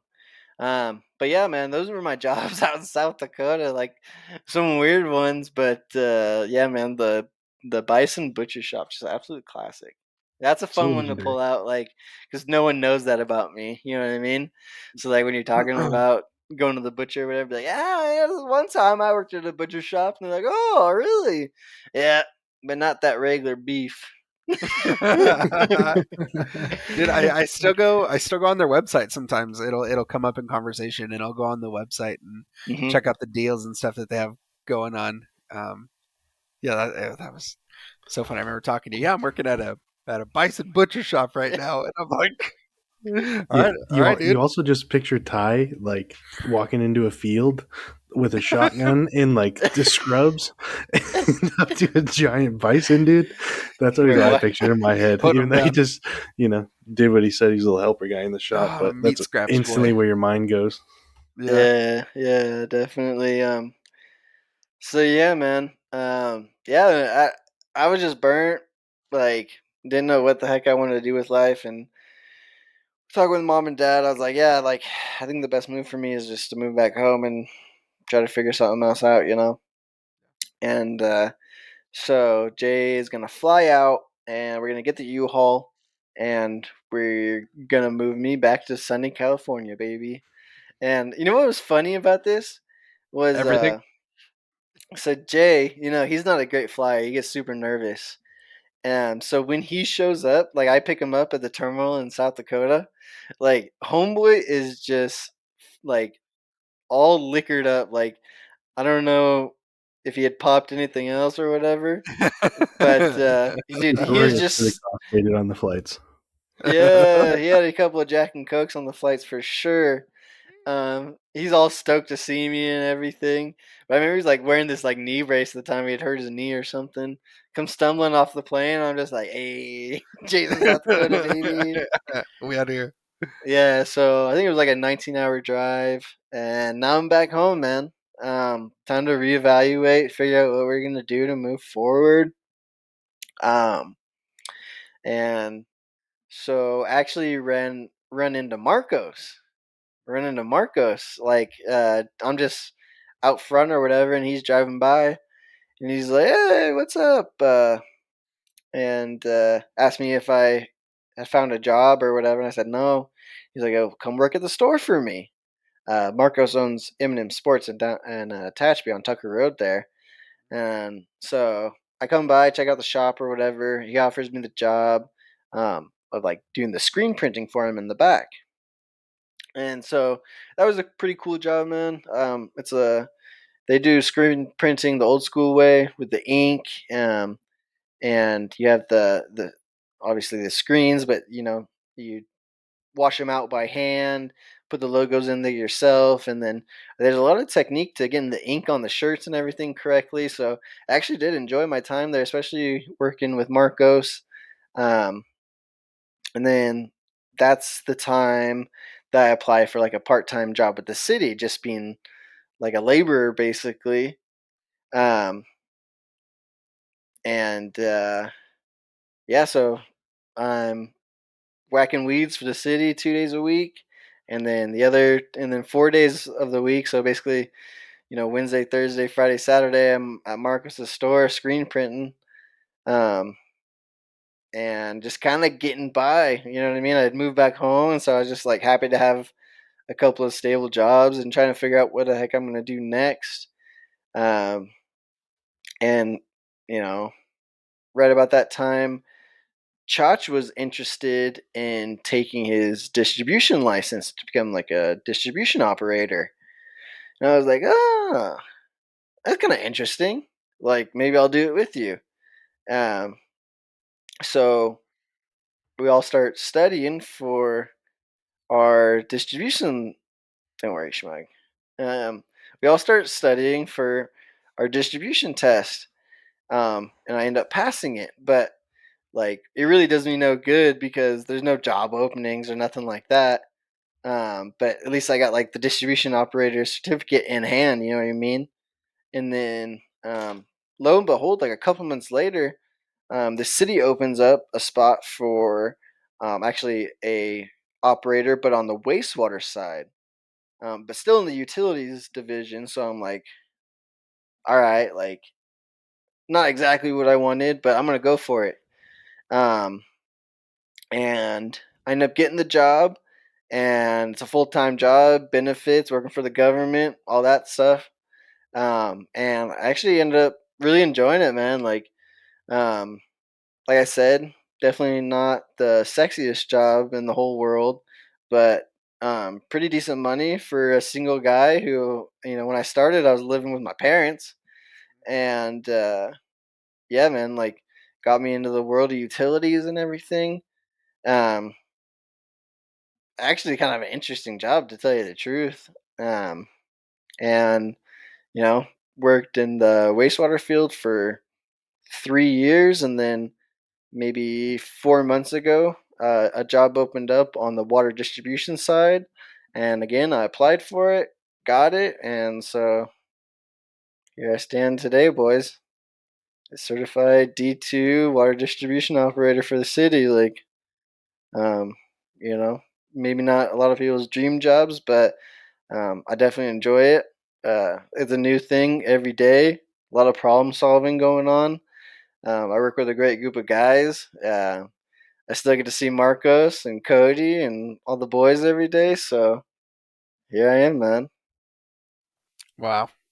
TZ, I think you and I are pretty similar in both of the jobs slash careers that we've ended up in are were no way in our radar growing up at all. And it's like I think it's just so interesting that, we both kind of like I come home from, a college experience that didn't pan out and you just start working some kind of weird jobs and then all of a sudden it just kind of like lands at your feet kind of thing and you're presented with an opportunity and you take it. Yeah, But I mean, yeah, obviously it's definitely. panning out, dude, because it's been, all, all, I don't want to say all gravy since you started working for the city here, but I mean, it's kind of seems like you found your calling in that sense. Yeah, definitely. It kind of just happened. You know what I mean? Like stuff opened up, and I applied, and I got it, and I put the work in, and got the next certificate, and I went and did this, and went and did that. To kind of keep growing and keep doing it and like kind of commit myself to like, all right, yeah, like I'm gonna do this for a while, you know what I mean? So just kept working at it. Yeah, man, it's been good so far. Um, but yeah, and then uh, to backtrack a little bit, I said I had started working for the city and all that, and just about that time is when I met Harper. Funny enough, all because of your big homie Ray Crossschmug. Really? Yeah, so um No way. No, is Ray actually involved in this origin story and I just never knew? of Maybe I course. knew. I don't know. Yeah, Ray's involved in this heavy. Shout out Ray Bob. So yeah, Ray is I think it was Ray's baby shower. And Mm. the girls are gonna go do their thing, but the boys are gonna grill and chill. Oh, that's So right. yeah, so Stephen Cross and Christian are renting a house from Ron, like right behind the shop right there. Oh, And so that's that's right. where Ray's baby shower is gonna be. Yeah. Um so I go over there. I hadn't seen them in a long time actually, but me and Jay go over there and we're having a couple of beers and we're grilling and chilling and all that stuff. And then it's starting to get later in the night, but like me and Christian and Steven are just on a heater. I'm like, Jay, I'm not going home right now, man. So Jay Uh-huh. dips out and I was like, hey, like, I'll just have someone give me a ride home in the morning. And he's like, all right, cool. So he dips out and yeah, man. So later in the night, like all the girls from that side of the baby shower show up, and Harper's with them. And I didn't know Mhm. Harper at all. She's like a little bit younger than me, and so yeah, man, that's basically how we met. Maybe 6 months later, we Mhm. decided to get an apartment together, which I'm sure was a little bit shocking at the time. You know, you only known someone for 6 months, and all of a sudden we're gonna start living together. But like, it just was always like super easy for us to like take the next step. Yeah. You know what I mean? Get the apartment together. We're living in those Mill Street apartments right there across from Home Depot. Yep. And I'm just stoked to be out of the parents' house. You know what I Yeah. mean? You guys are just having Uh, great times left and right, dude. we really were. Rent was super affordable. I had a big boy job. Yep. She's working at the time, so like money really wasn't like an issue for us. Um, like I bought a car in that time. She bought a new car in that time. Just really like everything it has been just like really easy for us. It comes super naturally. And then I think we lived in those apartments for 2 years. Mhm. Um, and then through her family, all being the real estate gurus that they are, we had mentioned like, hey, yeah, we're looking for a house. We're looking for a house. If you see anything for this price, like let us know. And they're like, you're not gonna find anything for that price. And we're like, oh, okay. And then and so one day, her aunt calls us up and she's like, hey, listen, like, there's this house. It's gonna go up for sale, but it's not on the market yet. Um, the people that are selling it don't want to have to deal with the whole process. Do you want to come take a look at it? And we're like, yeah, sure. Mind you, at this time, like we had already looked at like 8 or 9 houses, made offers on them, got beat out the whole time. So we're thinking we're just gonna go look at another house. You know what I mean? Um, and it's out in Stallion Springs, which is like the place that we said we did not want to move to because like we either wanted to be in town or at least in Bear Valley where you have all the amenities and stuff Mhm. to go along with the half-hour drive. And so we come out here, and it is definitely a house that needs some work, but it's for the right price. It's in our price range for sure, and it's not on the market yet. So we're the only ones that are able to offer right now. And so we put our best offer together. They accept it, and all of a sudden, man, we're like homeowners, you know. Jeez. But the work definitely started after that. Been doing a bunch of home renovation projects, man, DIY. A lot of stuff I've never done before, but again, just one of those things you learn as you go. Um, yeah, man, that's pretty much where I'm at now. Like working distribution operator, like I said, and homeowner, and getting married in May, man. So 4 months from today, buddy. I know, dude. After Christmas, I realized I was like, dude, it's only four Ah. months away. Like, Uh-huh. seems so far away until Christmas hit. Yeah. Wow. The TC origin story, baby. Yeah, guys, that's about it, man. I mean, what you guys got? What questions you guys got on my origin story here? I do. Any I any actually points you wanted me to go back to elaborate um on, or what? so I actually have a couple things here. I'm going to start off. I'm going to say 2 words, and I want you to tell me the story. Okay? There's actually be 2 installments of the 2-word story game here. Number 1, bounce house. Oh yeah, so dude, this is actually a pretty. I already know what the other 2 words are gonna be, by the way. I think, but anyways, bounce house, man. This is a tragic story. This is a sad one. So So sad. yeah. So when I was a kid growing up, like I always just wanted a bounce house so bad. I would beg every year on my birthday, like, Mom, like, please let me have a bounce house. Like everyone else is getting bounce houses for their birthday. Like my birthday suck. I don't have a bounce house. Like, please let me have a bounce house. I asked for like 4 or 5 years. Finally, man, they agree. They're like, hey, we're gonna let you get a bounce house this year. It's gonna be lit. We're gonna do it. We're gonna do it up big this year for you. And I was like, all right, cool. And so the day finally comes, man, and it's just a typical Tehachapi November day, and it's just raining so heavy. And it turns out that we're not going to get the bounce house, and your boy is just distraught. Mm, Not only am I not gonna have the bounce house, this is gonna be an indoor birthday party. yeah. Oh my lord, man, things went downhill south. So definitely one that hurt. You just want to get the second one over with real quick.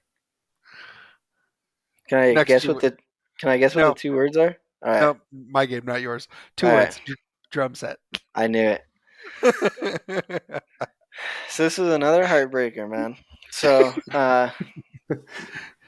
back in the day, it was like Christmas tradition. We'd all go over to Grandma Peggy's house, and by all of us, I meant like our family and Uncle Brian and Aunt Rose and Kellen, as well as some other people would come. Not those. That was like the consistent group, and then others would kind of come and go. But yeah, so it's we all stay the night at Grandma Peggy's house, and Christmas Day is the next day. So this is Christmas Eve, um, and no one can sleep. We're all excited.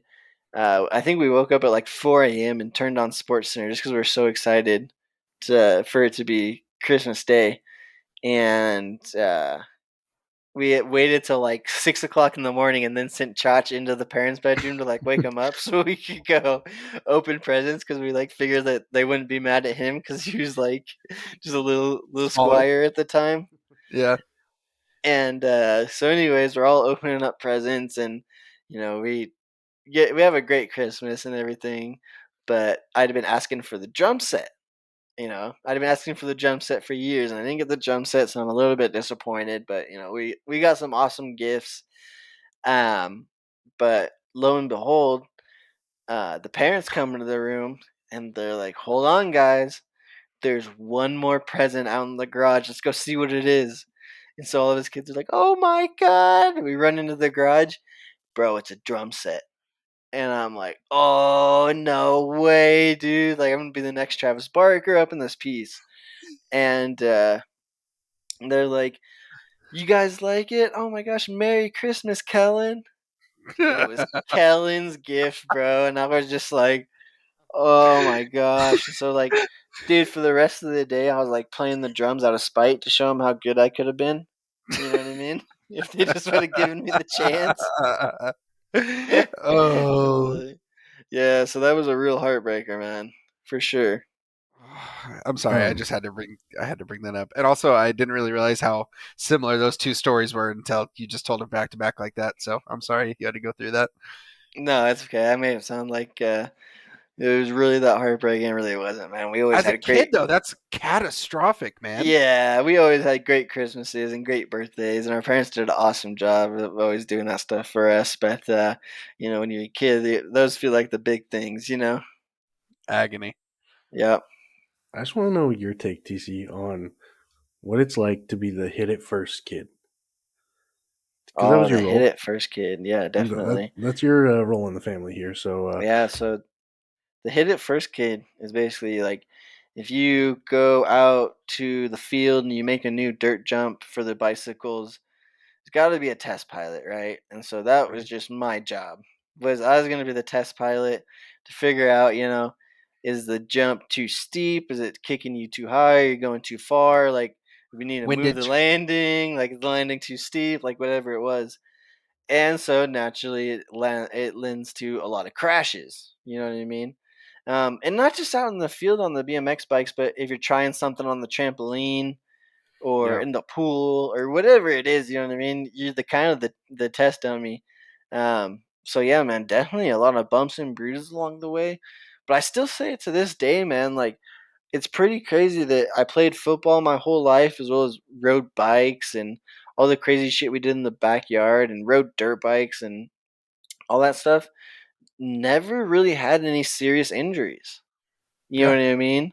Um, Blood and sprains and hurts and all that kind of stuff, but no broken bones, no torn knees or elbows or wrists or anything like that. Like pretty crazy how I was able to get out of that with just bumps and bruises. You know what I mean?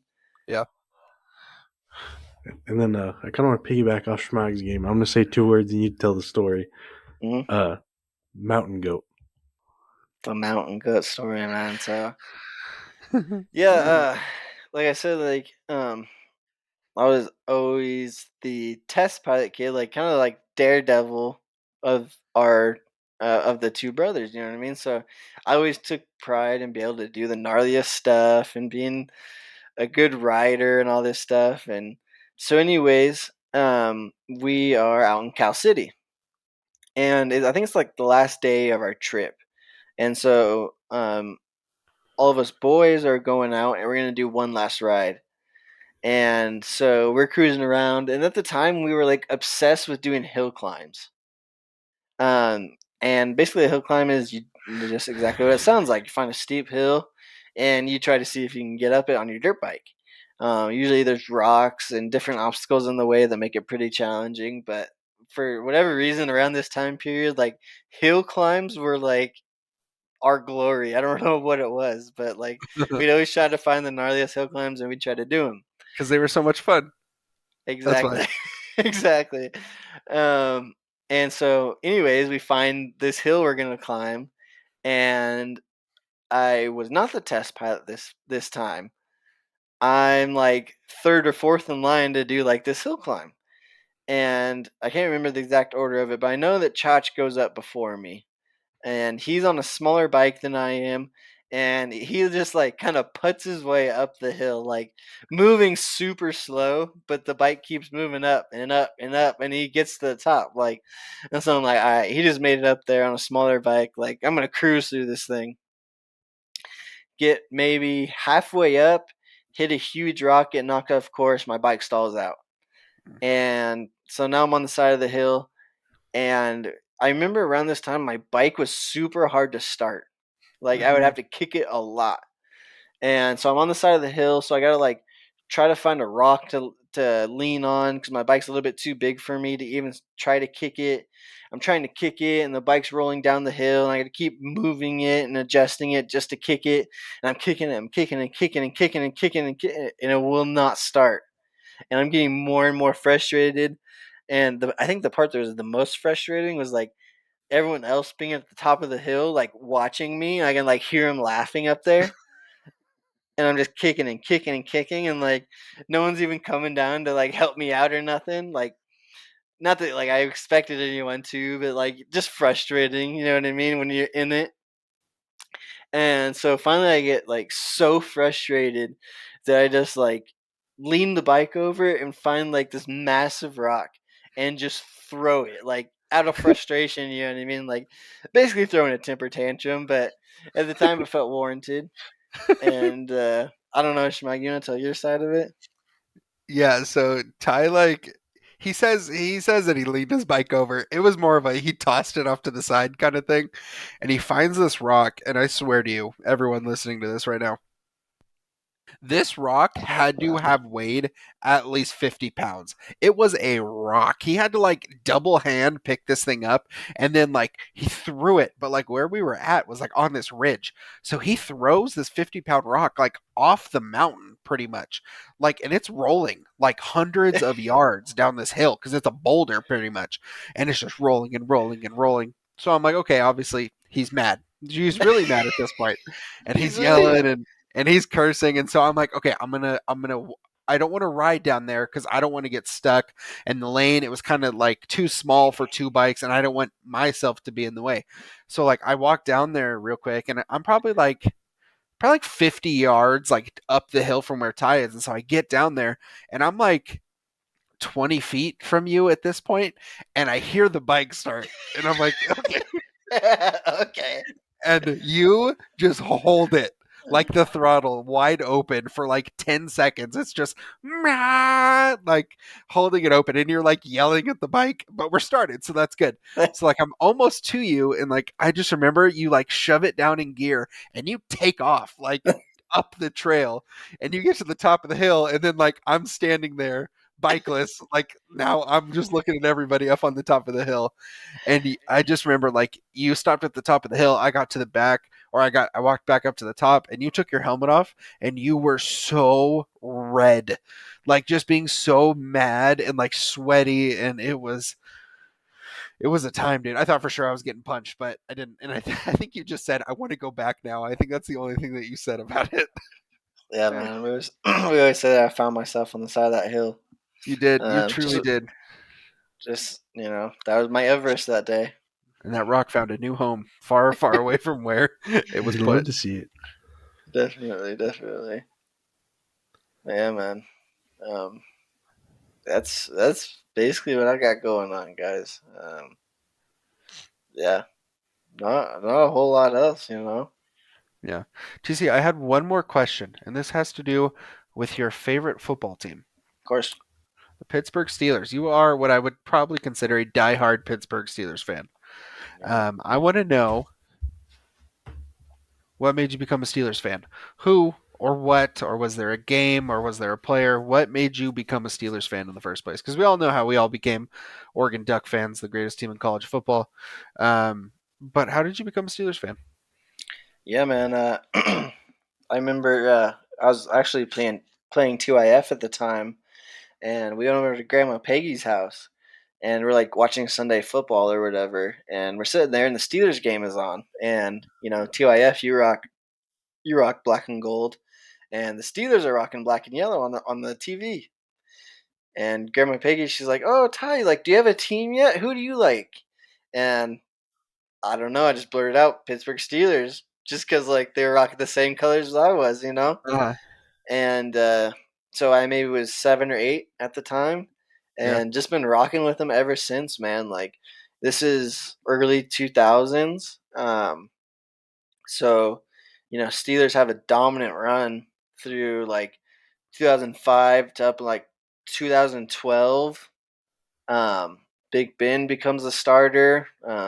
We beat the Seahawks to win the Super Bowl in 2005 or 2006. Take down Sean Alexander. A couple of years later, we're back in the Super Bowl playing against the Cardinals with the famous Antonio Holmes toe tap. And so yeah, man, I just was really glad I said I was a Steelers fan that day because I was super blessed. yeah, you picked right, Just dude. yeah, definitely picked right. And Mike Tomlin replaces Bill Cowher and has never had a losing season since. Just been really spoiled to Love be a to see it. Steelers fan, man. And then even this year, man, we were down bad. I think we were 2-6 at one point, and here we are going into the last week of the season, I eight told you and this was eight, doable. I told you this was doable, baby. chance at the playoffs. And I actually saw us on a list of teams you don't want to see in the playoffs was the Pittsburgh Steelers, man, because just I think it's just a little unpredictable out of us. You know what I mean? We've been grinding teams down and winning it late in the fourth quarter, and Love it. you just never know with those Mike Tomlin coach teams, man. Just gritty, and we got studs, man. We just haven't put it quite together yet, but everyone's waiting for us to do it. Pittsburgh Steelers, man. I'm surprised she didn't try to make you a Tennessee fan. I know because she was a ride or die for her Titans, man. Ride or die for Eddie George back in the day, man. And There she Steve was. McNair. Yeah, I mean, I feel like we all kind of have weird football teams. Like Chach, you went through a couple of different football teams back in the day. Remember you being a Bengals fan at one point, a Raiders fan at one point. Jeez. How did you land on the Saints, man? Where do I start, man? Well, really, Where do being I a football start? fan when I was a little kid was just like whatever I could get my hands on. Like, there's like a coffee mug or like a jersey that we found at like a Ross or something like that. Uh-huh. And so naturally, then obviously I just wanted to wear it to school, and so that was my team. Boom, bam, done. I was even a Tom Brady guy back in the day, boys. As much as I hate to say it, but anyways, um, landed on the Saints. Um, is the the infamous rebirth to Katrina game. I was like Yeah. five and a Mhm. half or something, and I remember like watching all the news coverage of Katrina and all that stuff, and then they come back and do it, and then the whole rebirth to New Orleans, all that good stuff. Drew leading us and all that good stuff, and then I was like a little kid still at that point, so I wasn't like super into football necessarily.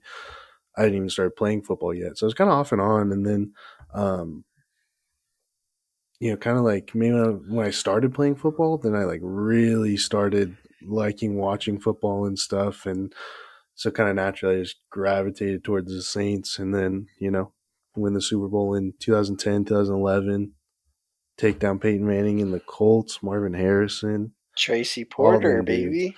Mm-hmm. So obviously that kind of galvanized. And then from probably 2011, 2017, probably the worst years to be a Saints fan of all time.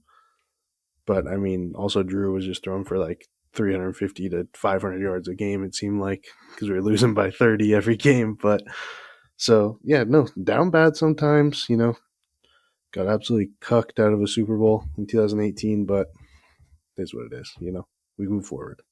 And Schmug, the Washington, was that from Papa Tony?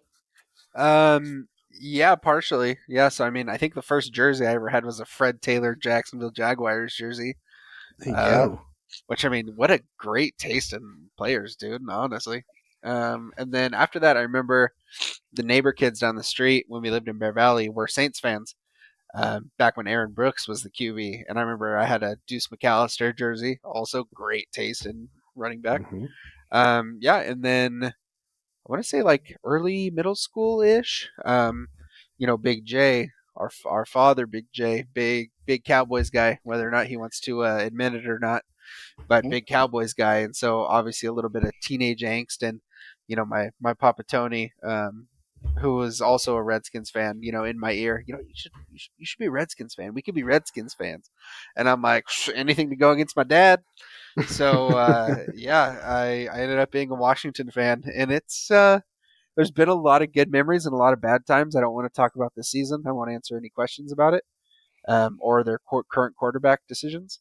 But yeah, man, Washington's been the team, and it's been good. It's something that obviously, being super close with Papa Tony and just having that extra thing in common. I have a few pieces of Washington, memorabilia that will never, ever, ever leave my possession. So yeah, Washington, ride or die, I guess. What's your guys' favorite era of your respective teams? Like a Not year this or a one. couple of years that really stick out in your mind? Schmug, is it the RG3 years for you?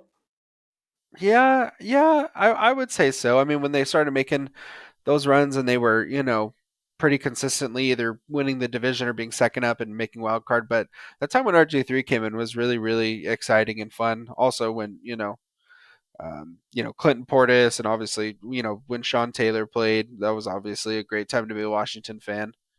Um, and like London Fletcher and Marcus Washington, all those guys. So, but yeah, the RG3 time was super, super fun to watch. Yeah, I'd have to say like probably like 2016 to 2019, something in that neck of the woods. Yeah. Mm-hmm. It's like it. Who were your big dogs at the time? Oh baby, obviously Drew. You know, Mm-hmm. uh, yeah, you got Reggie Bush, Pierre Thomas, Marquez Colston, Joe Horn, Yeah. Jeremy Shockey, um, Jonathan Vilma, longtime Jet, but took the Saints to a Super Bowl, baby. You talk Mm-hmm. about Scott Fujita or what? Ooh, baby. One of my Yeah. personal Um, favorite Saints. Also, the Saints 2017 draft class might have been one of the best ever. Okay. Are you ready? Yeah. Alvin Kamara, Oh, Michael Thomas, He's Marshawn that boy. Lattimore, Ryan Ramczyk, um, Marcus Williams. Um, I think there's two more. I can't think of the other two, but Just absolutely loaded. I Super mean, Bowl yeah, pending. Yeah, for we me, it's got. got to be like. Go ahead, Church. No, I wasn't going to say anything. Go ahead. I was gonna say the. For me, it's definitely gonna be like the 2008 through 2010 kind of That run was a that we had. beautiful time 2012. for you guys. I mean, Big Ben is coming into his own. Santonio Holmes got the big play threat, and Mike Wallace, and then um, Heinz Ward is still sticking around. Heath Miller, okay, and then the defense, man. Don't even get me started on the defense because we'd be the first or second overall defense in the league every single year. James Harrison and Troy Polamalu, um, Larry Foote, uh, Joey Porter, of course, Ike Taylor, Fuck. um, and then my boy Ryan Clark, Bam Bam Cam before Bam Bam Cam, Yeah. Um, but yeah, definitely super hard hitting, and I felt like they kind of resembled the way that we were trying to play, like a lot of defense and then just opportune scoring. So I feel like I was always trying to model my game after those guys, and then we cap it off with Super Bowl runs, and we're always in the Nice. mix, and definitely just a great time to be a Steelers fan. Dude, okay, random thought here. It just popped in my head. We were talking about the NFL. Did you see what Skip Bayless said about Shannon Sharp? Like, it was like a week or two ago. No, Oh my Oh gosh, yeah, dude. they were arguing about. Yeah, I know They're, I know what clip you're talking about, Josh. so they're talking about Tom Brady, and I don't remember the context exactly, but then Skip goes on to say that basically Tom Brady is like three times the player that Shannon Sharp ever was. And so Shannon Sharp is just like, I won three Super Bowls, and like just starts listing all of his accolades. And Skip is just like just railing him still. He's like, and he's still better than you. And dude, you'll have to go look it up. It's so funny. that's Yeah, nuts, bro. I doubt Skip played any high level football. or any That's what he football. said. Yeah, we're gonna. Dude, Skip. I think next pod or something. I think we're gonna have a whole segment based on Skip. I think we need to sit down and have an honest conversation about where that guy's coming from. Yeah, you can go on YouTube, and there's like a top 10 worst takes from like Skip Bayless, especially like when he was still on with Stephen A on the Yeah. first take. Hmm. Back in those days, man, especially with the whole Tebow thing. There's like a whole section that are all just Tebow stuff that he was saying. But yeah, definitely had some freezing cold takes over the years, man. Don't we all? well, TC, thank you for taking us down the old goat trail that we call your life, huh? Yeah, man, it was an absolute pleasure. Hope everyone enjoyed listening. Um, yeah, man. Uh, just what a wild ride it's been, huh? Chucking Honestly, dirt it's clods to now here we are. Yeah. crazy, man. So many twists and turns along the way, but here we are. We done Hmm. did it. Exactly right, man. Oh, before we get off here, boys, let's talk about college football real quick. The Natty. Hmm. Who we got? Yep. What do we like? What we don't like? What are we seeing in the semifinals? All that good stuff. Yeah, man. Just like I told you guys, like those Final Four matchups were two instant classics, man. Great games. Super competitive games. Hmm. Um, I think pretty much all of us are on board for Michigan and Georgia to win. Um, Obviously TCU took down Michigan in just an absolutely insane game, but Ohio State gave Georgia a run for their money, a run for their money as well. Super highly contested games. Just uh, yeah. Um, I don't really know even where to start with this national championship, man. The easy pick is just to go with Georgia with old reliable. You know what I mean? But TCU showed that they can play with the big dogs. What are you guys thinking? I think this is tough, man. I mean, when we were talking before the semifinal games the other day, I think all of us pretty much had Georgia winning, but in a close one, and then I think mostly all of us picked Michigan to win that first game. But TCU, man, they just came out and they really capitalized on Michigan's mistakes and ended up, you know, ended up playing a great game. And Max Duggan just honestly, what a game that guy played. It's tough, man. I just want the record to reflect though. Every time I've picked TCU to win, they've won, and every time I've picked against TCU, TCU's also won. So Stop picking I, against I TCU. I love Georgia, man. I think they're a great football team. I'm I'm gonna pick TCU though. I picked them every single time. I've gone out on a limb so many times this season for TCU, and dude, I'm going with TCU, man. That would actually be insane. I think Imagine. the biggest two takeaways from the semifinals, like Ohio State, honestly really surprised me. I thought it was going to be a bloodbath, but I think they played really well. And I texted in the group chat. I think they were just missing C.J. Stroud to run the ball. Yeah. Like I said, I watched a decent amount of Ohio State this year, and I didn't see him run the ball like that pretty much ever. I don't know if they Mhm. were just giving more man looks. Georgia thought that their talent was a little better than Ohio State's. Thought they could man to man them a little bit. So CJ Stroud saw some opportunities to run, and I think Michigan just looked squarely past TCU. Like I think they were just looking right at whoever was going to be in their way in the national championship. And from what JJ McCarthy was saying all week in the press conferences, and it just seemed a little arrogant or kind of delusional optimism, kind of what I noticed. So I think they just look clear past them. But God, I would love a TCU winning this thing would honestly be legendary, man. It definitely would be. Yeah, like uh, I didn't know what to think about TCU making the final because we've seen it before where Cincinnati gets in or Notre Dame slips in there and then just gets absolutely waxed by Bama or Georgia or Clemson. But that was not the case this year, man. They more than held their own. Yeah. Sure, they got some breaks during the game. The touchdown pass that was called down at the 1 yard line, and then Michigan fumbles at the 1 yard line. Like obviously a pretty good break for you. Um, no targeting. Uh, it goes both ways for sure. Yeah. But TCU definitely showed that they could hold their own. But man, Georgia, like I said, is Yeah. just old, reliable, so consistent. Like, you know, they get up for the games that they need to get up for. They had some close games to some lesser opponents this year, but this is the national championship, man. Um, I don't know if I can pick against Georgia in this one, guys. So much talent, the proven team. TCU's on a Cinderella run, but I gotta roll with Georgia, guys.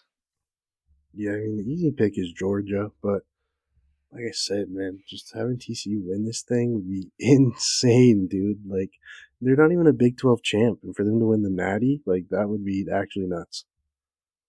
Definitely.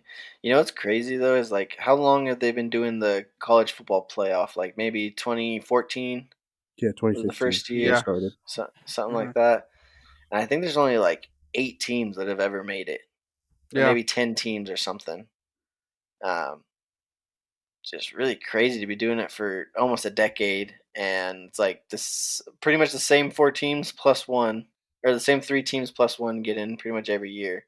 Right. Obviously, you got Bama, Clemson, Ohio State, Michigan, Notre Dame's been in a couple times, Oregon, Oklahoma, Oklahoma, TCU, Washington, Washington. Can we think of any others? Cincinnati. Cincinnati. So Uh, we're at 10. I think that's all of them. I mean, it's got to be it. Insane. Yeah. Yeah, like Alabama's only missed two, Clemson's missed three. Oklahoma's only been in two or three, and everyone else Oh, is kind of Florida littered. State. Oh yeah, Has Auburn made it? Yeah. no, No. No, they didn't. LSU? No. So 11 teams? Crazy. Yeah. Yeah, man. Just the unpredictable world of college football. Besides when it comes to the college football playoff, you know who's getting in. yeah. I mean, 11 teams have ever made it, and then after this next season, then we'll get 12 teams automatically. Mm-hmm. There's gonna be some unfamiliar faces in there, so Yeah, USC might have a shot now. Crazy. catching strays. Oh wait, Shout wait, out the wait, wait, green. wait, wait, wait, wait, wait, wait, wait, wait, wait. Shout out the We green have to wave. talk about that on this podcast. Um, USC up by 12 with 3 minutes and 45 seconds left in the game. Mm-hmm. Um, like Tulane, Tulane. The green wave. the Don't big disrespect green the wave, green baby. wave here. I would never. I would Dude, I absolutely like never. I queued up the highlights because I didn't even watch it, to be honest. I don't I'm gonna remember. watch them It was after the same this. day as the Rose Bowl or whatever it was. But anyways, I queued up the highlights, dude, and the Green Wave fans had that place rocking, man. Oh yeah. Definitely. Dude, like, what? It was an interception or a fumble? Oh no, it was a safety. So they got the safety because they're down by 15. Yeah, they got the safety and then two touchdowns. Anyways, they get the safety, dude, and the place just erupts. and then they go down and score the touchdown, and then the USC dude like muffs the kick at the 2 or whatever it was, and then go down and score with like 5 seconds left, and it's just so lit, man. It was beautiful. Yeah, definitely. I think USC was relying on their Heisman winner a little bit too much. Obviously, the defense didn't really show up the way that you would think it would against a Tulane team. But Tulane played well, man. They did. They really did. They it's not like they. I mean, to be down 15 with just a couple minutes left is a good comeback, but it's not like they came from 30 points down and shocked and awed them or nothing. Like they hung around the whole time, and ended up getting them at the end. Man, like it seems like USC maybe was a little bit deflated.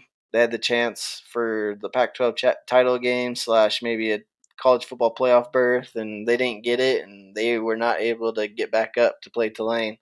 No, absolutely. Yeah, like they miss Shout out out the on the Green Wave. playoff and all that stuff, and then they get Tulane in a bowl game. You're thinking, oh, this is a absolute drubbing waiting to happen. But no, never count out the big green wave, baby. Never count them out, man. So, where is Tulane? Is that Louisiana? Yeah. I think so, huh? Hold it down, man. There you go. Check Yeah, it. so for the old viewers out there, next week I think we're going to go back to a normal episode. We're going to recap college football, kind of button up the whole season. Obviously, the national championship will be on Monday the 9th. So on that Thursday, we'll kind of go back into a normal episode. And then once we're officially in the off season of college football, we'll talk about some more pro stuff, or some more personal stuff, all that kind of stuff. So just kind of what we're doing moving forward. Anything else for the boys here? No, man. I think that's all I had. TC, excellent job in the hot seat today. You know what, and I knew you'd do well. I knew you would, but you've exceeded all expectations. No, definitely. I feel like I was talking quite a bit, but I guess that's the point of the hot seat, huh? Loved it. Is that how you felt too, Schmack? Or Yeah, I was sweating. just making sure we weren't impartial or nothing. No, we're good. Okay, cool. Well, everyone, that is effectively going to do it for episode 12 of the Keep It Down podcast presented by W. Yeah, so like I said, back to a little bit of a normal episode next week. But in the meantime, be sure to follow the pod at Keep It Down on Instagram, at Keep It Down Pod on Instagram. Sorry. Find our link tree, and you can find directly wherever you choose to listen to the podcast. Be sure to give us 5 stars on Spotify, follow, like, subscribe, all that good stuff. And yeah, that's going to do it here for the boys. So we'll catch you next week.